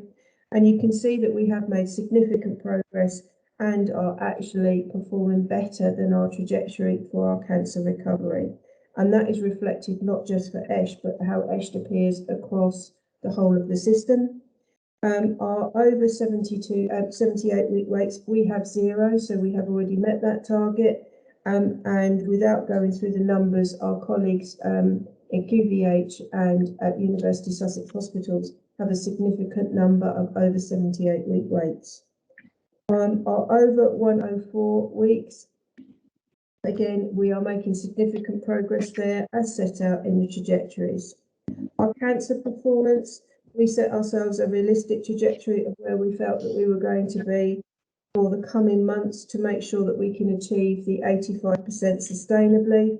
As I said, the previous board, that we did achieve it in April, and we continue to work to our trajectory. The one thing, as I said, that we are experiencing at the moment is a reticence from patients to come in or to start treatment if they've got a holiday, because they are so worried that they won't get another one. And then looking at our elective trajectories, and I'll spend a little bit of time on that, if you'll allow me to. You'll see that in the first quarter, we actually over-delivered against the trajectory that we were set nationally, and then our ESHT threshold target. So that was actually us trying to stretch ourselves to give ourselves a little bit of headroom and allow for seasonal fluctuation. Because we did perform very well, and we are one of the top performing trusts or top performing systems nationally, there was a change in the way that the target was set. It was supposed to be a stepped recovery, 70% in April, 75% in May, 80% in June, and then 85% for July, through to the end of H1. As you'll notice on page 153, the target changed in July to 95%. So this is where we're seeing the slight differential with regards to our performance against these targets. And you'll see that actually our threshold was slightly different again. Now, what we are looking at is that our elective admissions in ordinary has dipped a little bit in the July months, but we have over-delivered in the first quarter. Some of the things that we've already mentioned are impacting on our delivery of our targets, but in the main, we are delivering well, and we are delivering significantly better than our system partners. But we hope that actually, as we round it all up, we will deliver for the system as usual. I think probably if we look at the 52-week recovery, we're seeing a very good progress against our trajectory there. And just to give you a hot off the press, we have got 90 patients waiting this week over 52 weeks, because as you'll appreciate, those change from week to week. 56 of which have got a date to come in. That is an amazing progress from our teams, and real buy-in from everyone, including the way that we're communicating with our patients. So the last one is the quality of care, access and outcomes, and their real focus, again going back to Amanda's point about partnership working, is around advice and guidance, because obviously advice and guidance is sought in a primary care setting. So we are working as part of a system to work with our GP partners to encourage them to use advice and guidance. And then from our part, we have to make sure that we are turning that around in the key times and making sure that we have got the capacity internally to be able to do that, along with the multitude of asks that is being put upon our clinical team. So I think I've touched on most of the things elsewhere, so I don't want to go through any more of that unless there are any questions. I can see Joe's got a hand up, in case I've missed something key. Joe, before I go to Jackie, did you want to add something? I think really just to sort of cover this in the last, I think it's probably come out already. Delivering operational services is both art and the science, and the bit that's really hard to articulate is the art, and that's really hard if you haven't worked in a sort of provider capacity before. So I think what Tara's trying to show is that these are what we have submitted as our trajectories and where we are against those for the current planning assumptions, or for the current planning time. Previously we did a third a phase 3 recovery, and no doubt there will be an H2 set of recovery plans as well, second half of the year. Again, we will look back at this particular report and ensure that we are embedding within our overarching IPR an update against this, but in a very clear, succinct way, because I recognise there's quite a lot of information in there. and you need the narrative to sit alongside the staff. Take that away for next IPR to make sure that we've got that incorporated. But I also just want to say, I don't think you can quite grasp, I know some of you see some others from elsewhere, how well we're doing. We're doing incredibly well in trust, not just in our own perspective, but actually how we, from a national position as well. And I really do need to commend Tara and all of the operational, because they are really in a difficult environment. And to really come down to sort of around 70, 52-week waits, when other trusts are talking about hundreds and thousands, is really commendable. So I just wanted to point that out.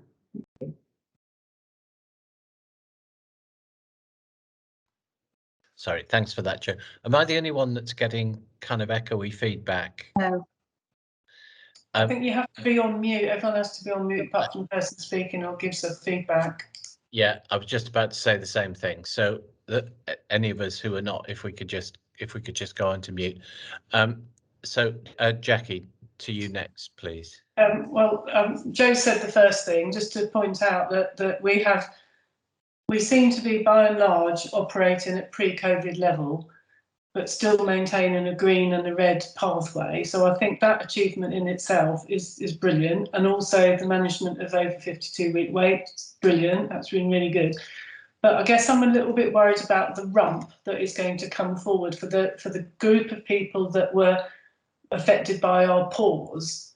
And I get what we're doing with endoscopy and buying in additional capacity and diagnostics, which will just give us the diagnosis. But is there any particular service where we think that rump is going to come through, putting extra pressure on wait times? And the one I'm sort of thinking of is maybe T&O, but I might be wrong. Is there a bump coming with because of the people that were paused being on the waiting list, which is now going to start to track forward? So well done on acting exactly as we were before COVID, but there's this delayed rump coming is my worry. And when do we think that will hit, and who will it hit? Okay, so I could probably just give you the headline services rather than the size of the rump that's coming. There is an element of T&O, and what we're doing is looking at our independent sector. ENT is another one, and there's a lot of projects going on. So as we go through, I'll try and pick them up. So with ENT, we are looking at a system piece of work with regards to having one waiting list and how we can make our elective hub for ENT. We have the high volume, low complexity work stream as well, which is there are 29 key day surgery, so a bit like BADS, which is the day surgery scoring system for in previous days. But the high volume, low complexity is basically the day case procedures that we know we have a large number of on the waiting list. They are in and out quite quickly, and they we can chomp through them, for the want of a better term. So we're working across the system on that with regards to the ENT cases. We've agreed the cases that we're going to be working on, and we're looking at how we profile that. We have a bit of an issue in another service at the moment, which is breast, because we have had some sickness in that area. Although the numbers aren't high, we do recognise that's quite a high cancer service. So again, we're looking at those. And then there is an element of general surgery, which is again the day case stuff, but we can work through that. We are looking at how we configure our day surgery as well. So not only having an elective hub for ENT, we have agreed to look at the, for those of you that know the site, at Eastbourne, we've got the separate entrance for endoscopy and the day case. So we're looking at how we can configure that to maintain that as a green element to continue working all the way through. So I suppose it's to address the hump that's coming, but also to prevent any further. The other thing that we're doing in an outpatient environment in the non-admitted is the patient-initiated follow-ups. So PIFU, you might hear that referred to. So for those patients that have had a procedure and then keep coming back, or feel that, you know, there's an element of patients coming in, having their first outpatient appointment or their first follow-up, and then being booked for 2 years' time. I don't know what I'm doing next week, let alone in 2 years. Nationally, we're looking at this patient-initiated follow-up, and what we're doing as working as a system is agreeing exactly what we will do, how we will manage that, and start to shape our profile, our waiting list differently. Because actually, if you think about it from a patient perspective, and we all are, if you're on a waiting list, you think somebody's actually got an eye on you. You know, you have no concept of how big a waiting list is. You think that you're a name and your consultant knows who you are every day. So actually putting the patient back in charge, if you like, of their own care, to say that they've got access to come back in if they need to, or that their GP knows that they're in that patient-initiated follow-up. So it's giving the control back to the patient to say, we're here if you need us, but actually we feel you're discharged, but if you need to come back in, this is the access route. So we're working that through. So I suppose, yes, we've got a hump. It varies in size depending on the service, but we have got a lot of things happening at the moment, both nationally and across the system, to try and alleviate and work on that pressure. And we are working to support ourselves with our partners, and we have even been supporting Kent with some of the Da Vinci robots, so some of the procedures in neurology where we have capacity and they have an extended wait list. So we are working to support each other. And I can say that the COO network that we have across Sussex is really tight. So we do just pick up the phone, and a lot of stuff is really high tech, but sometimes it is just a text to a colleague to say, this is what's going on, can you help me out? And we do that. Great, thanks, Tara. And a final point from Karen. Thanks, Chair. Thanks, Tara, for a great deal of information and also a lot of assurance, and congratulations on the progress that we're making. My question is around the advice and guidance that you say is on the increase. And I'm wondering whether the clinical model there is just kind of evolving reactively, or actually whether we're now beginning to look at kind of proactively developing a clinical model along those lines, and how we see, and if we are, then how we see that improving our situation, or helping our patient flow, I guess, at the front door in particular. So it's really about how proactive and can we be more proactive there? Is this one of the ways of trying to really deal with some of the challenges we face at the front door? Yeah, so it's something we're working at, not just as an individually as a trust, but as a system. We're doing it through the elective care board and through the planned care board across the system. So you're quite right, it is about making sure that patients receive timely advice and care. So if a patient presents to a GP and the GP says, well, I'll seek advice and guidance from you from the secondary care provider, that the patients don't turn up at the front door because they feel that they're not getting the answers in a timely fashion. So we are looking at how advice and guidance can be promoted within the primary care setting, and that we in secondary care can support that by turning advice and guidance around a lot quicker, and make sure that the GPs, I suppose it's the information flow between the patients, the GP and us, and back again, and then that will support reduction in inappropriate presentations at the front door, and hopefully inappropriate admissions or inappropriate referrals through to our non-admitted. Because once a patient's on the non-admitted, then obviously they're going to have a first outpatient appointment, whether that be virtual or face-to-face. And actually what we want to do is see those patients that, you know, really require it, rather than those that are just coming in for some advice and guidance. Joe's got a hand up. Thanks, Tara. Joe? Yeah, I just wanted to, so this is a national model. It's being It's something that's been in place for many years, but very low uptake. And it is a whole system approach because GPs need to refer in through an advice and guidance pathway. It's not a triage process, which is probably how it's sort of been looked at before, really. And from a national perspective, the reason it's part of along with the sort of patient-initiated follow-ups, is to be able to try and, so whilst we're at the back end trying to do as much activity as we can, not every patient, as Tara says, needs to come in for a full outpatient appointment. Some of it really is exactly what it says on the tin. A GP will need some additional specialist advice and guidance to help manage the patient in a community-based setting, and therefore will help to keep the demand for outpatient services down. It's still timely. It still takes time from a consultant position, and if people do want to know, Dr. Wilkinson's on from a clinical perspective, but it is part of a national model and a drive from both national, but something we fully support because it's the right thing to do for the whole system as well as patients.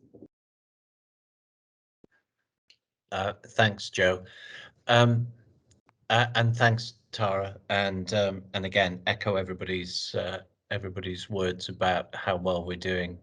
Terrific effort. I reckon we're about 40 to 45 minutes behind our timetable, which ordinarily would be an irritant but not a problem. But given we've got our AGM today, we'll have to manage this a bit. I think we might have to skip our break and just, I know, shock. It must be bad if even I'm saying that, desperate as I am for a cup of tea. So let's go back to agenda item 8 and workforce issues on the IPR, Steve. Thanks very much, Chair. I think we've talked about quite a lot already, so I'll skip what we've already talked about. I mean, we know this is a challenging time for us. We've seen the increased activity and the staffing pressures materialising as we previously expected as a result of that. This is predominantly not due to COVID, as in COVID amongst staff. It is because of the additional pressures that we're having to deliver against. To give you a flavour, we talk about the pingdemic. 11 staff have been pinged in the last week that we're aware of. So you can see the numbers are actually very small there. That isn't something which is significantly impacting on us. If I spend a little bit of time talking you through the key points, and I'll start with vacancy rates and turnover, because these are really important at this time, because they are an indication, they're another indication of how people are feeling. Our vacancy rate is up very slightly to 5.5%. Interestingly, this is due predominantly to an increase in roles. This time last year it was 9.9%, just to give you some context. So it's lower than it was last year. Turnover again has moved slightly to 10.1%. Last year it was 10.7%, but we are seeing very small increases, and it's definitely something we need to keep an eye on as an indicator. Sickness we talked about already. It is an ongoing issue. I'll give you the up-to-date data as at today, if that's helpful, because that will actually show you where we are now as opposed to a month ago. We've got 337 people off sick today, 33 with COVID. COVID cases are rising slowly, but are well below the peak of around 220 in wave 2, but they are up by 13 in the last week. So we are seeing lateral flow tests actually identifying a small number of people, and we are seeing some of those translate through PCRs to positive tests.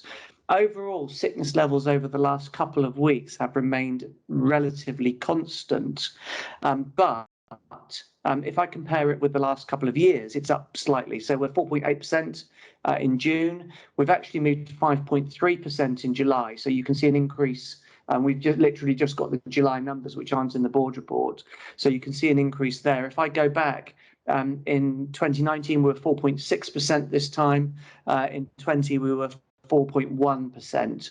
So the 4.8 or the 5.3 as at today you can see is higher. Interestingly, long-term sickness is accounting for an equal measure of the sickness to shorter-term sickness at the moment. And that's something that we really are spending some time looking at. Also, interestingly, the sickness is across all groups. So it's not patient-facing, it's not it's not other groups, it's across all groups. Particular areas of concern with the sickness are MSK, which is showing that's musculoskeletal, which is showing the most marked increase. And we are undertaking a deep dive into that with our Oc Health team at the moment. As well as that, we're beefing up our physio med offerings, which are our sort of our physio offerings that we can give people to prevent and support things in the area. We're also working with the moving and handling teams to look at how we can improve awareness, and we're also beefing up our induction around that. Anxiety and stress is another key area, and we continue to offer support, and we've already talked about that. I think because of the pressures, we've also mentioned as well, we're reintroducing a range of the support we had in Wave 2 around refreshments and food, especially for those PPE areas where it's more difficult for people to get out. Bank and agency usage has increased, as you'd expect in a period like this, and our fill rates are showing some pressure. This is partly, I think, because of reluctance of people to do more. So in June, our fill rates for RNs were 60% and for HCAs were 50%. In July, sorry, I've got that the wrong way around. In July, in June, they were 76% and 62% for RNs and HCAs. In July, they are 60% and 50%. So there is a reduction in fill rates there. The site teams, I've already said, are working really hard around that and doing some great work. We have got improved analytics. I've talked about that, and that's really helping us to dig into the areas we need to look at. Over the last couple of weeks, we've welcomed our new junior docs, and that's been that's always a massive process, but that's gone really well. Our recruitment interest remains strong, especially in nursing and medical, but there are challenges in community, emergency medicine, dietetics, and theatre staff. Areas which are not just us, but they're across. They're across all areas, and we're talking at a system level as well about how we can support that better. So I think in summary, it's very tight at the moment. People are stretched because of the additional activity, but I would want to sort of make a big shout out, as many other people have done, to our amazing staff for the way in which they are actually delivering our services at a time which is clearly not easy. And I want to be clear, though, it's not just difficult for us. This is the whole NHS. We're not unique in this. We're reflecting what's happening everywhere else. I think in some senses we're probably dealing with it better than other areas, as coming through in some of the performance stuff that Tara's already talked about. Thank you. Great, thanks, Steve. Jackie. Looking at the time to hire days, Steve, is there anything we could do to shorten that? I know in a competitive market, people are making quite innovative ways of attracting people. I was talking to somebody who works in the college, and they have hiring teams to try and reduce the lag because people get an offer sooner and they take it. Is there anything we can do to shorten our time to hire? It's a really good question, Jackie. We're actually doing some specific work around that at the moment, and it's based on some learning we got, I think, in Wave 2, where one of our recruitment process tends to be it is actually relatively efficient.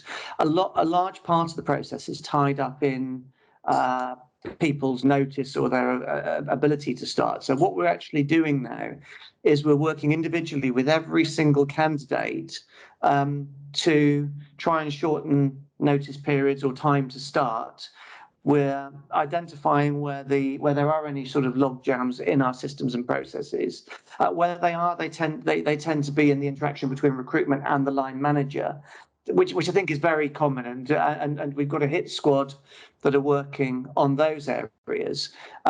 What we have been able to do, and I don't have the exact numbers in front of me, but we have been able to, as we were in wave 2, able to bring a whole range of a whole number of people forward, RNs and HCAs especially, who are starting earlier than their planned dates. We've put on additional induction courses, able to support that, but we are, I think, you know, we're looking at our whole end-to-end recruitment process at the moment and looking how we can sort of speed it up more.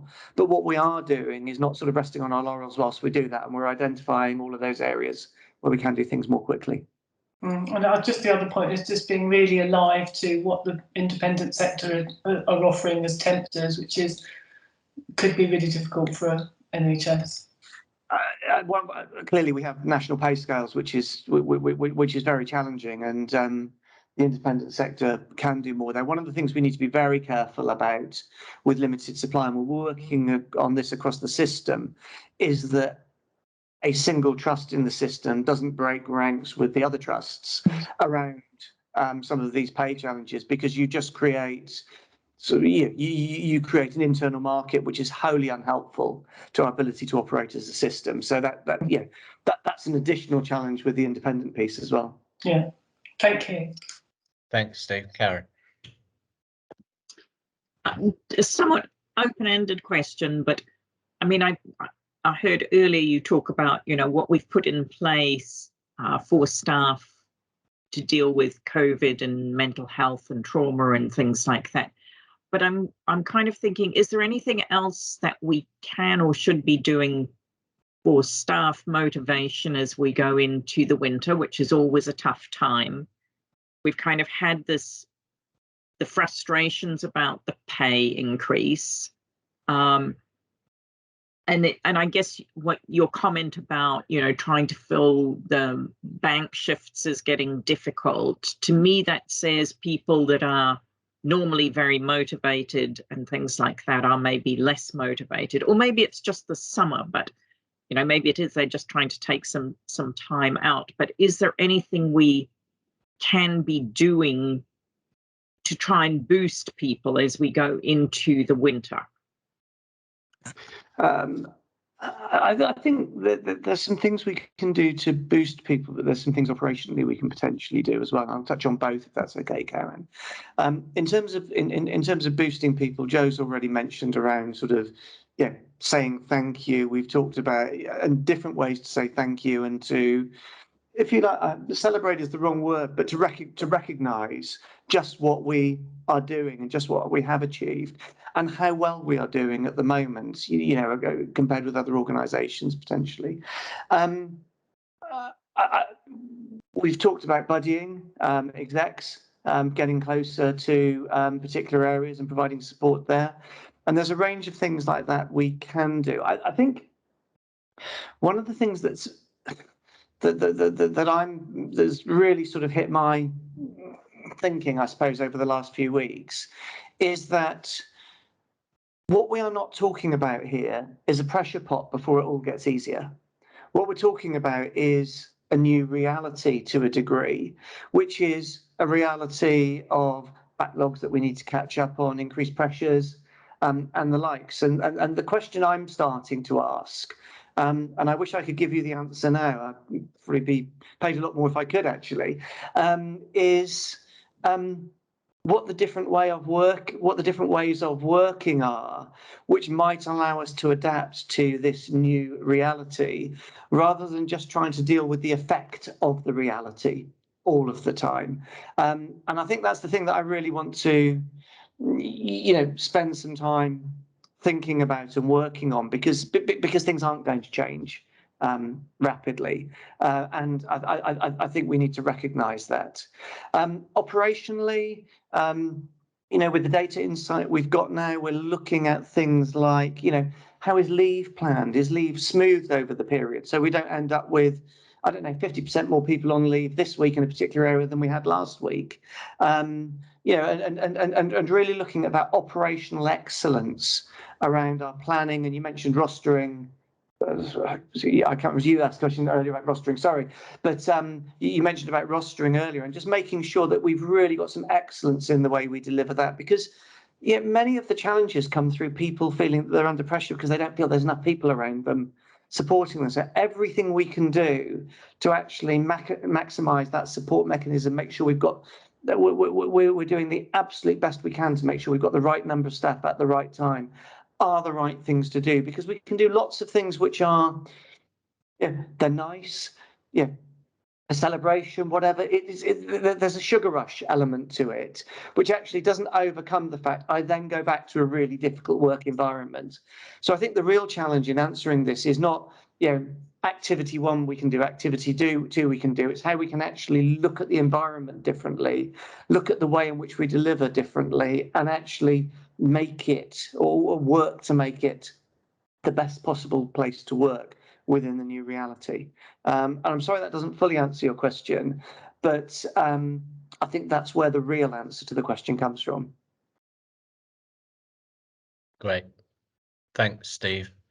Can we move on to finance, Damien?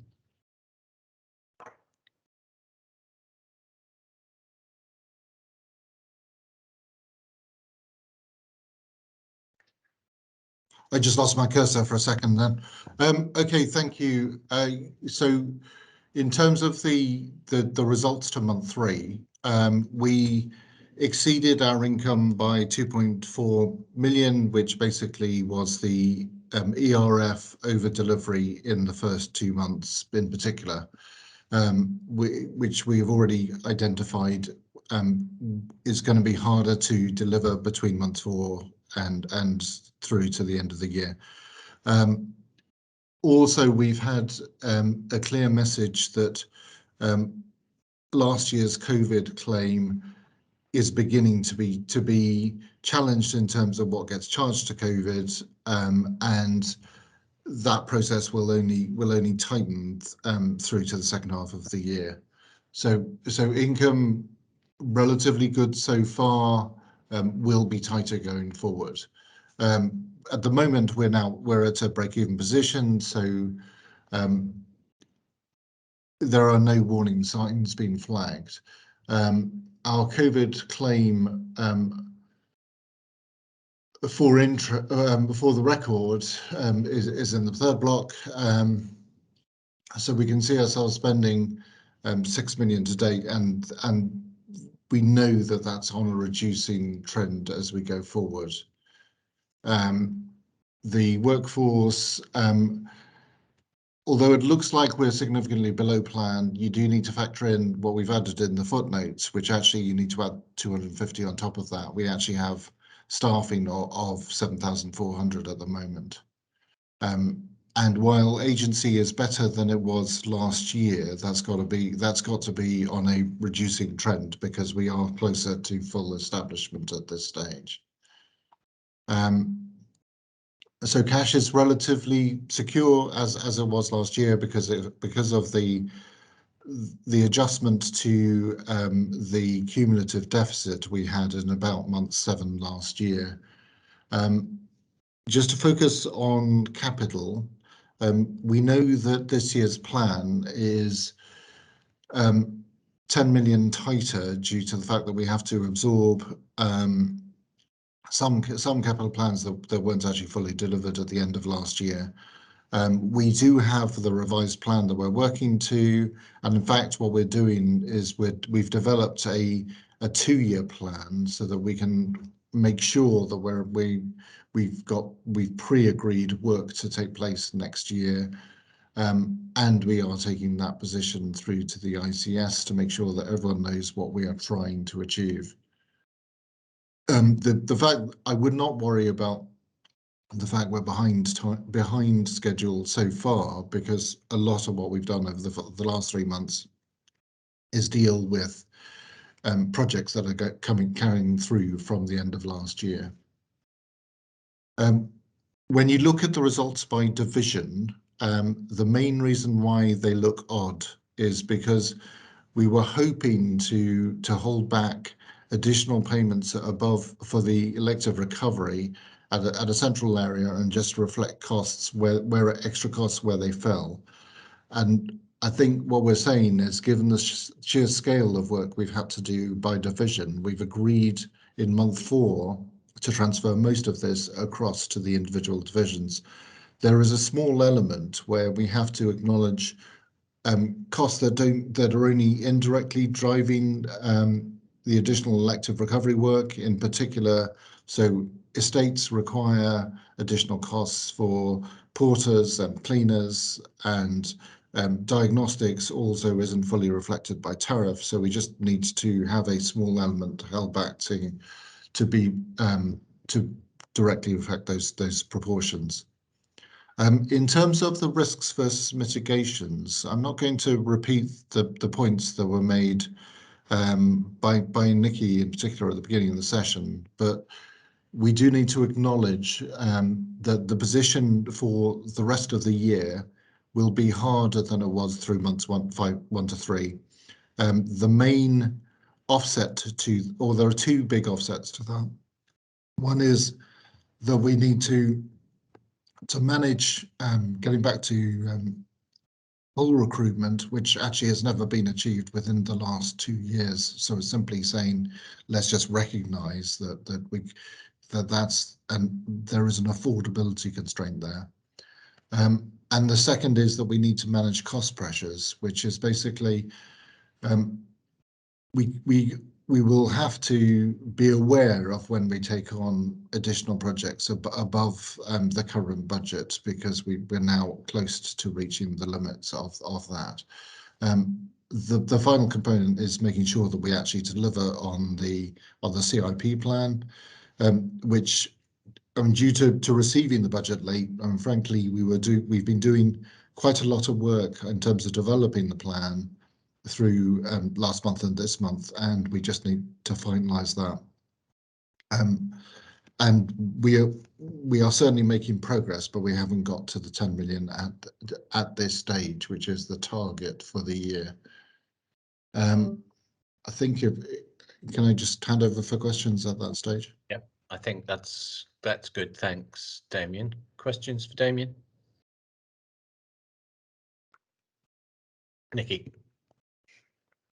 I just wanted to flag, Damien, at the moment, looking at our run rate, to break even, we're reliant on COVID funding. So is there a significant risk that when that disappears, there is a £2 million a month gap? So I think there's a couple of points to pick up from that. Firstly, we are already restructuring in this month because we had quite a high level of COVID staff, in particular in March, and we began to reduce that scale in April. The expectation is going through into July and August, the amounts will be smaller. So Tara is already setting out I want to say cleaner, a clearer split between where we can do elective work and what has been reserved for COVID. And what I would say is the level of COVID patients we're seeing coming through is better than the worst case scenarios we had in March and April. But yes, it is an issue that we need to track carefully, what we use COVID for and the internal controls we apply to that. What I would say is the level of scrutiny we're receiving from the region on what gets claimed has gone up significantly, starting from April. So, I mean, I have had the trust has had 2 challenges, even in the last couple of weeks, both on diagnostic tests and staffing. So we just know that we need to be accurate and we need to ensure we're saying the same things across the different services. So I need to match what's coming out of, for instance, workforce returns and finance returns. Thanks, Damien. Any other points for Damien? Going. Gone. Thank you, Damien. Joe, can we move then to the Better Care Together for East Sussex item? Yes, I think Rich is going to broadly cover this up, but just by way of an introduction, really. So we spent most of the meeting talking about how challenging it is now, but as I mentioned earlier, we still need to look forward to the future and make sure that we've got a sustainable organisation moving forwards. So whilst this seems like a strange time potentially to be drawing up a trust strategy, I think given sort of as I've come into the chief executive role, we've sort of delivered our 5-year strategy from previously. We still need to give the direction and the system our direction of travel and where we want to be in 5 years' time. So we've developed this strategy. We've called it an interim because we recognise the changing face of the NHS at the moment. And there are a number of unknowns, but we can't stand still, so we need to move forwards.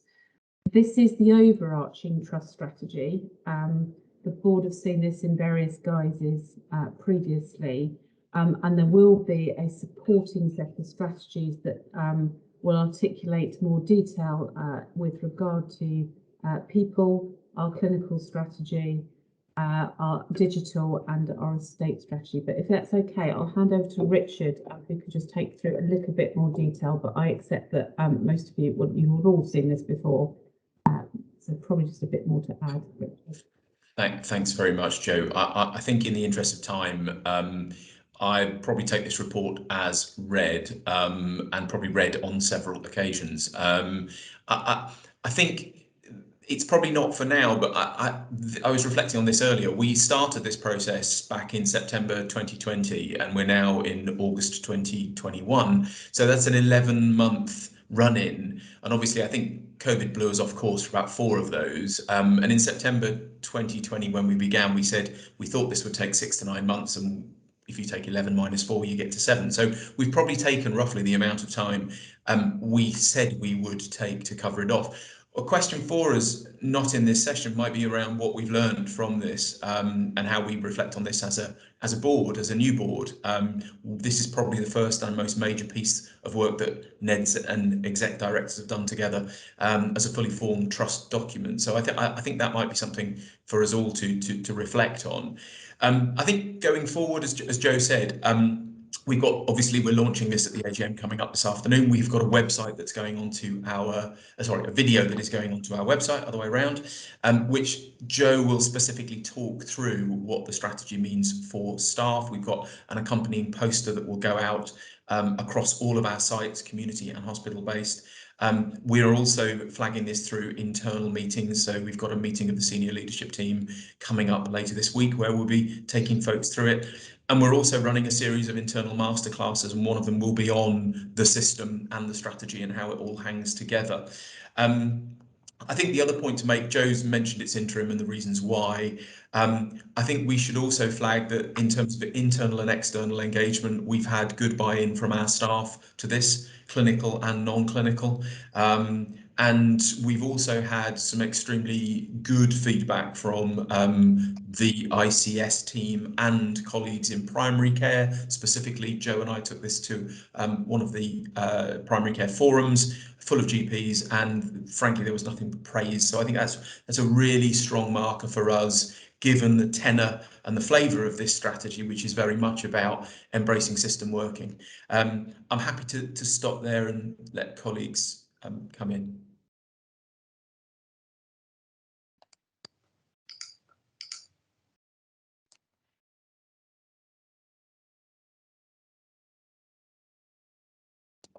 I think Steve's on mute. I think he's... Jackie, I think. He was going to let Jackie in, I think. Yeah, I was sorry. I couldn't get my machine to work properly. Jackie. Thank you. I think it's really good to see the 4 strategic pillars up on the front of it, so that you can get that from the get-go. And I can't imagine anybody would disagree with any of those, but it does set us nicely within place, and it makes that explicit point, which is, we are not a little island, so we have to collaborate. So well done on that. But I guess the issue then is what comes underneath those pillars that we then need to firm up and track. But in terms of a readable document, I thought it was very good. And thank you for listening to the various comments.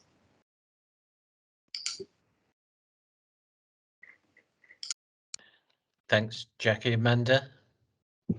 Yes, thank you, everybody. And Richard, thank you very much for your little mathematics at the front with your 7 months, etc., setting it into context. Now, I thought this does represent all the conversations that we've had at board, at seminar back in, it was Hastings, wasn't it, the original kind of genesis of it. And I liked it because it's a simple, nice read. This sets our direction, recognising it's interim, but it has all the, what I would call the hooks that are important for our future destiny. And when I say our, I mean the population of East Sussex and their health needs. And so I really liked it, and well done to everybody that's contributed it. It is only the beginning. There is lots more which needs to hang from this. And I look forward to that going forward, really formulating so that we can track progress. Not, as Joe said, you know, we are at the moment at a new place in healthcare. We haven't lived with COVID before. We've got to live with COVID and also the other requirements of health needs in East Sussex. We can't do that alone. We need to do that in partnership, and our staff are absolutely essential to this. And I think this document gives us all of that. So thank you. Great, thanks, Amanda. Other comments to Richard or to Joe? Joe. I think it's really just to say in terms of next steps. So we've already said that we'll have the 4 underpinning strategies that are being pulled together in various stages, and they will be ready for our various committees prior to Christmas, and for more public sharing after that time. And as both Jackie and Amanda said, actually, that's where the sort of the filling is, if you like, that will go into a lot more detail.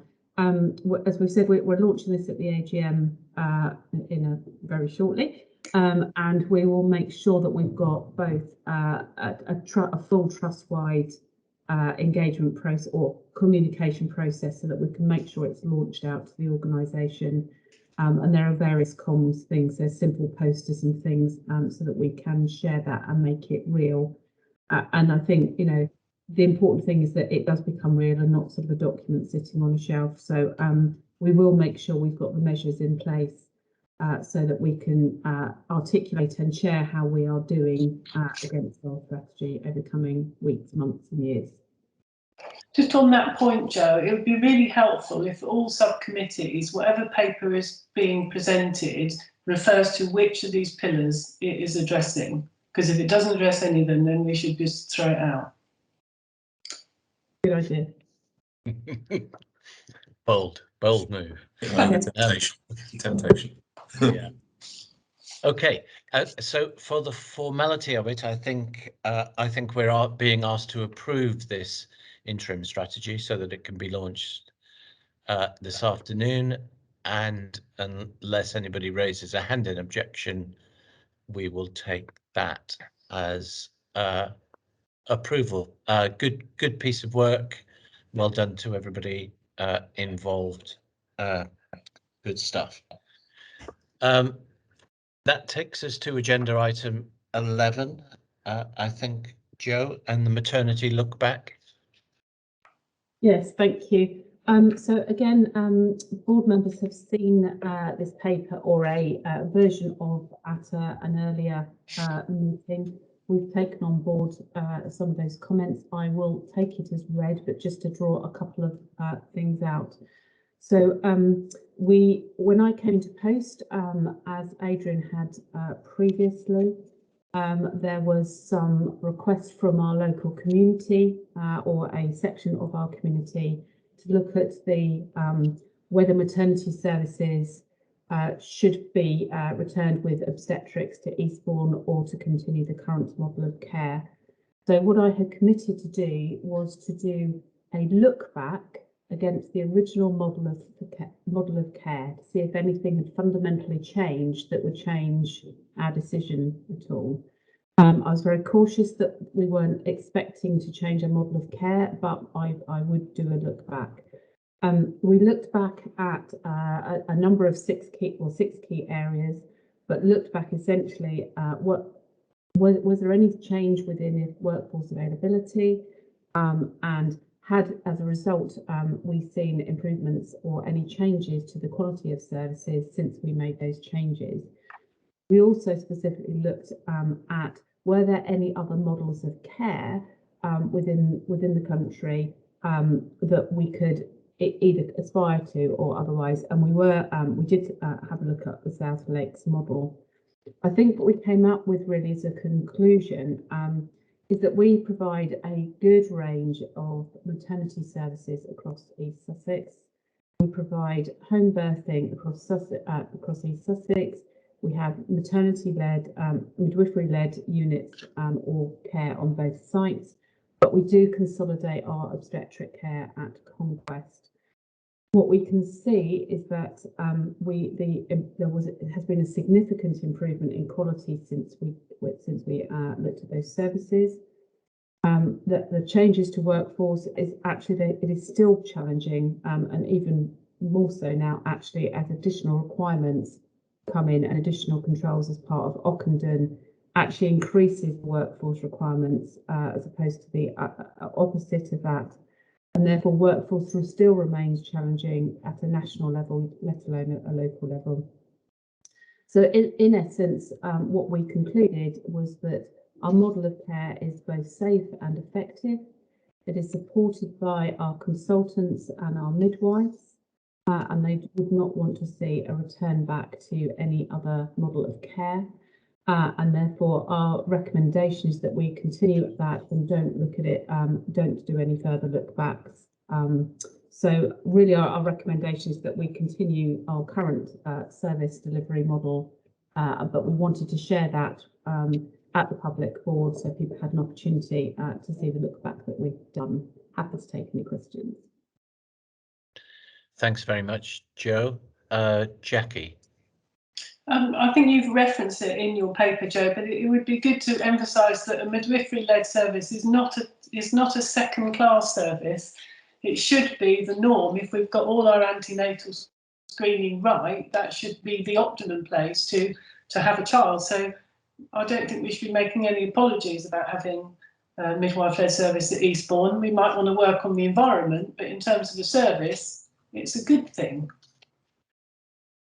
So completely agree, and what we want to do is work on what we would call a maternity hub in Eastbourne, so that essentially all that sort of antenatal, postnatal care and actually great support for women and their partners and their families should they need that, so that actually women still have a choice, but actually we're encouraging that local based care within very safe environments, and really it's only those patients who choose for obstetric care or where their care needs are heightened such that from a risk perspective they need to be in that obstetric unit.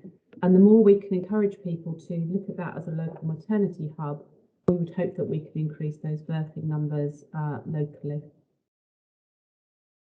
Thanks, Jo. Amanda. Thank you, Steve, and thank you, Jo and Richard and colleagues for a very comprehensive paper. And I would absolutely support what Jackie has said. You know, this is midwifery-led units are essential to good choice in maternity services. I would go one step further, and I'd like to see further integration back in the communities, working with primary care, so that we've got a real network of services to help address some inequalities to access. As the maternity champion, you know, I've sat down with the maternity staff, particularly the leadership of maternity, and this maternity services that are provided at East Sussex Healthcare Trust don't look anything like they used to. They have improved significantly for staff, for women, for outcomes, and we need to keep looking forward in terms of maternity services. and working with you know, the ICS through the maternity champion, there's a lot of potential to continue this journey of improvement. So I welcome this paper, but I also welcome further conversations at board around how we can strengthen our maternity services as we move forward as part of integrated care. Great, thanks, Amanda. Any other questions or points on the maternity look back? Otherwise, we note the contents and support the recommendation to continue as we are. Great, thanks very much. Let's move to agenda item 12 and to the workforce rate equality standard. Very important piece of work, Steve. Thank you, Chair. I think the two reports and the overview there probably speak for themselves. So I'm conscious of time, and if we take the report as read, then I'm very open to move straight to questions so that we can dig into particular areas that people want to explore, if that would help. Yeah, I mean, I think it's worth saying in summary that this is a really encouraging and positive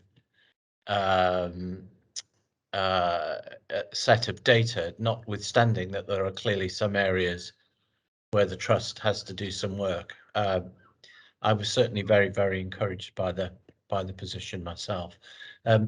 Jackie first, then Nikki, then Paresh. Thank you. Good to see an improving picture, which is good. My concern is about vaccination reluctance. And with my other involvements, it's been very difficult to target certain groups. And with it's going to be mandatory message coming along, is how do we get to 1/3 of our BAME staff who are not choosing to be vaccinated? Oh, you disappeared, Steve. So just a question on how we're going to address that, please. Okay, thank you. So we've been working with, I think the key to this is actually our relationship with the BAME network. The access we give to our BAME staff to information and the support that we give. There are a number of things we've done already that we will continue to do. We're working with the network and providing them with a range of information and working alongside them on a range of information around vaccination, myths and realities, and the likes around it. We are running, or we have run, and we will continue to run sessions, open sessions. So there was a session that Simon Badcott, the Chief Pharmacist, and I ran, which was open to BAME staff to come and explore, to ask questions, and to look at the science and look at the data around vaccinations. What we're trying to do, Jackie, is really to provide the information which encourages people to make appropriate decisions. Clearly, if we do get to a compulsory vaccination situation, we are going to have to think about the implications of that. But for the moment, our aim is to encourage through access to information, access to support, and actually working alongside our BAME network colleagues who lead the network in order to ensure that people are have the information they need. Thanks, Steve. Nikki? Thanks, Steve. Firstly, I wanted to acknowledge the importance of this in helping us identify where the experience of our BAME staff does not match the experience of our non-BAME staff, and helping us ensure that we treat all people fairly. But I'm just a little bit intrigued by, in the executive summary, where we say that the data shows that we employ more BAME staff than the local BAME population. And we describe that as being a success. Why do we feel that that is a success? Well, I think if I can start from the point that we need to be at least representative of the communities we serve. Yeah, and that's an absolute starting point. There are a number of standards that are set nationally regarding BAME and BAME targets, and I hate the word targets when we're talking about this, if I'm honest. And those relate to us either reflecting the communities that we serve, or us reflecting the overall shape of our workforce across each of the areas that we support. If we look at the profile of our workforce, so we take our medical staffing is a classic example. We have a significant number of BAME staff in our medical staffing, which actually means that we did have. So I'm just looking for the number, 15.6% BAME staff in 2020, 17.5% in 21. We are expected to match those levels. We're expected to match those levels across each of our bands and across each of our services. So when we're talking about success, we're talking about against the national standards.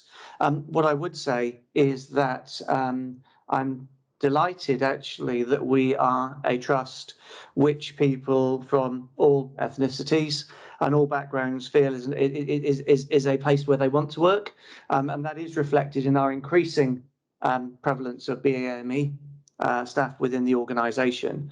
So I think when we talk about success, we're talking about success versus targets, and we're talking about success versus our ability to be seen as an equal opportunities, to be seen as an organisation where anyone can work and which is attractive to people from all different backgrounds. And I think that's also reflected, Steve, isn't it, in the kind of level of seniority that we see, not just in the numbers, but in the senior roles, senior clinical roles in particular, that that BAME staff occupy. It is. Paresh. Thanks, Steve. I think it's encouraging to see an improvement picture in terms of compared to where we were last time. Specifically, I think there are a few indicators, which is on the last page of the report, page, I can't find the number now, but the indicators 5, 6, and 8, they do give me some cause for concern, whereby, I mean, if you look at indicator 5, where if you find that 29% of the BAME staff feel harassment or experience harassment at work, and that equally applies to the Caucasian kind of the non-BAME staff as well. That's kind of slightly concerning. And what action are we taking to address that? So I think it's an interesting one, isn't it? Because I don't think we should ever be congratulating ourselves on an improving picture in terms of bullying and harassment or violence and aggression when we're still showing, certainly in indicator 6, 26% of white staff and 29% of BAME staff experiencing this. We talked earlier about the actions that we're taking about bullying and harassment more broadly, Paresh. What we are doing is alongside those actions, we're working with the networks and not just the BAME network. And I appreciate we are talking about RES here. At the next board, we'll be talking about the disability standard. But we're working with each of our protected characteristic networks to identify how they are feeling, their lived experience, and what we can do to support them around that. We need to remember that the indicator 6, all of the indicators on the bottom of the infographic come from the staff survey. 1% of our staff responded to that. So in essence, our actions in these are tied up within both the staff survey actions and the work we're doing with the networks off the back of the staff survey, which I think we covered earlier. Right, okay. But I think what I would like to see maybe at a different kind of session is really understand what the specific items are. But ultimately, there's an individual at the end of this who's kind of doing it, right? What action are we doing? What action are we taking against the individual to stop it? because if they are only being picked up and how we actually kind of through education, through training, whatever it is, well, I mean, I like to see more specific kind of action plan rather than, you know, being embedded in other kind of actions. Yeah, that's fine. We can report on that. I'm happy to share that, Paresh. We can do that through data access, which is when incidents are reported on our action to those. We encourage any staff that experiences harassment, bullying from patients or from staff to actually raise a data X immediately so that it's formally reported as well as just through the line. We identify hotspots. We deal with every data X. Right. That covers that. We look for hotspots. We go in and we do work with hotspots where we identify that there is inappropriate behaviour. We will undertake and we have, and again we can report on it. We will undertake an formal investigation, and if we find that there is underlying inappropriate behaviour, then we will take disciplinary action off the back of that. So I would hate for anyone to think that this is all about general activities. We do look at individual cases, we do look at individual hotspots, we undertake investigations and we take action where appropriate. Thank you. Thanks, Steve. Nikki. Steve sort of read my mind. I was going to ask whether it would be possible for us to see some analysis around those datixes, whatever the plural of that is, alongside those indicators that we're seeing in this report. So do we see that in a year where we actually really crack down on this and do a lot of this hotspot targeting, for example, that the subsequent year we see a closing of that gap between BAME and white responses to that question, etc., and just understand a little bit if we're seeing an impact from the work that we're doing? Yeah, that's absolutely fair, Nikki. I think we can do that. I think one of the things, and we sort of touched on a little bit earlier, that we're seeing at the moment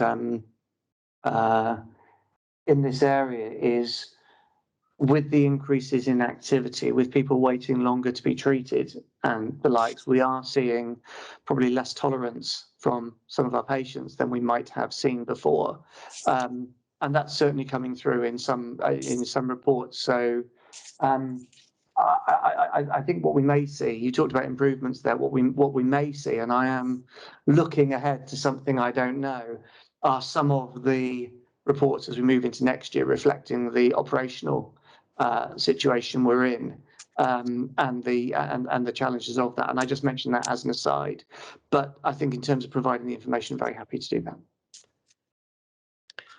Great, thanks, Steve. Any other questions to Steve on this issue?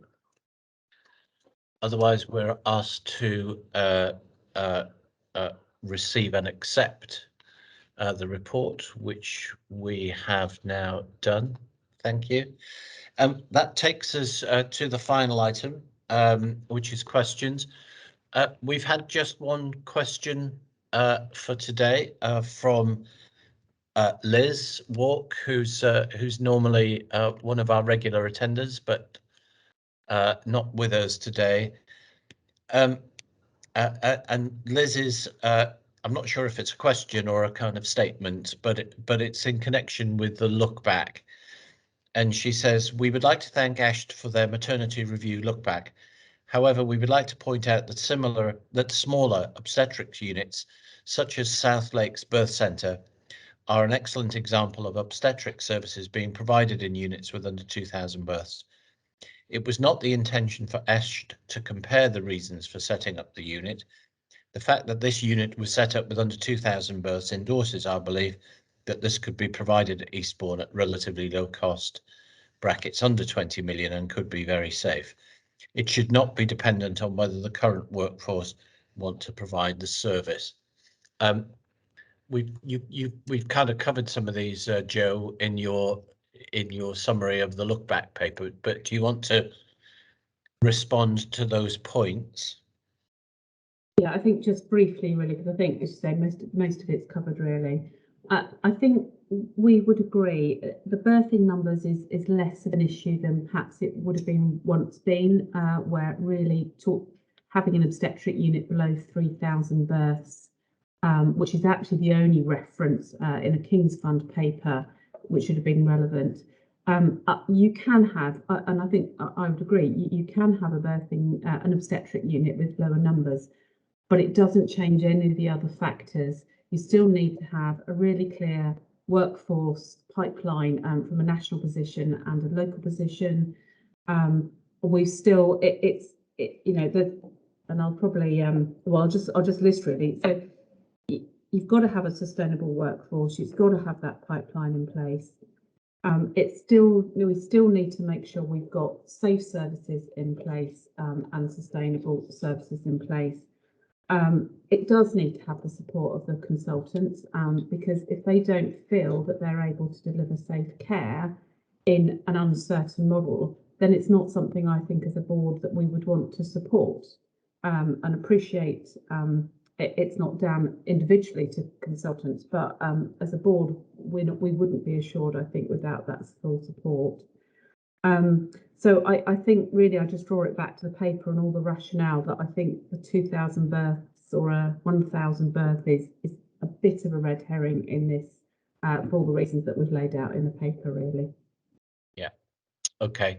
Thanks, Jo. Unless anybody's got anything to add to that, I propose that we leave that there. And of course, we have been through these issues with Liz and her colleagues face to face in a meeting recently. So so we've debated this with them in full. So that brings us to the end of the meeting. Thank you for helping me turn a 40-minute time deficit into a 5-minute productivity gain. Thank you very much, everybody. The next Trust Board meeting is on the 12th of October. Everyone knows we've got our AGM at 1 o'clock, so those who are able to join us for that, we'll see you there. Thanks very much, everyone.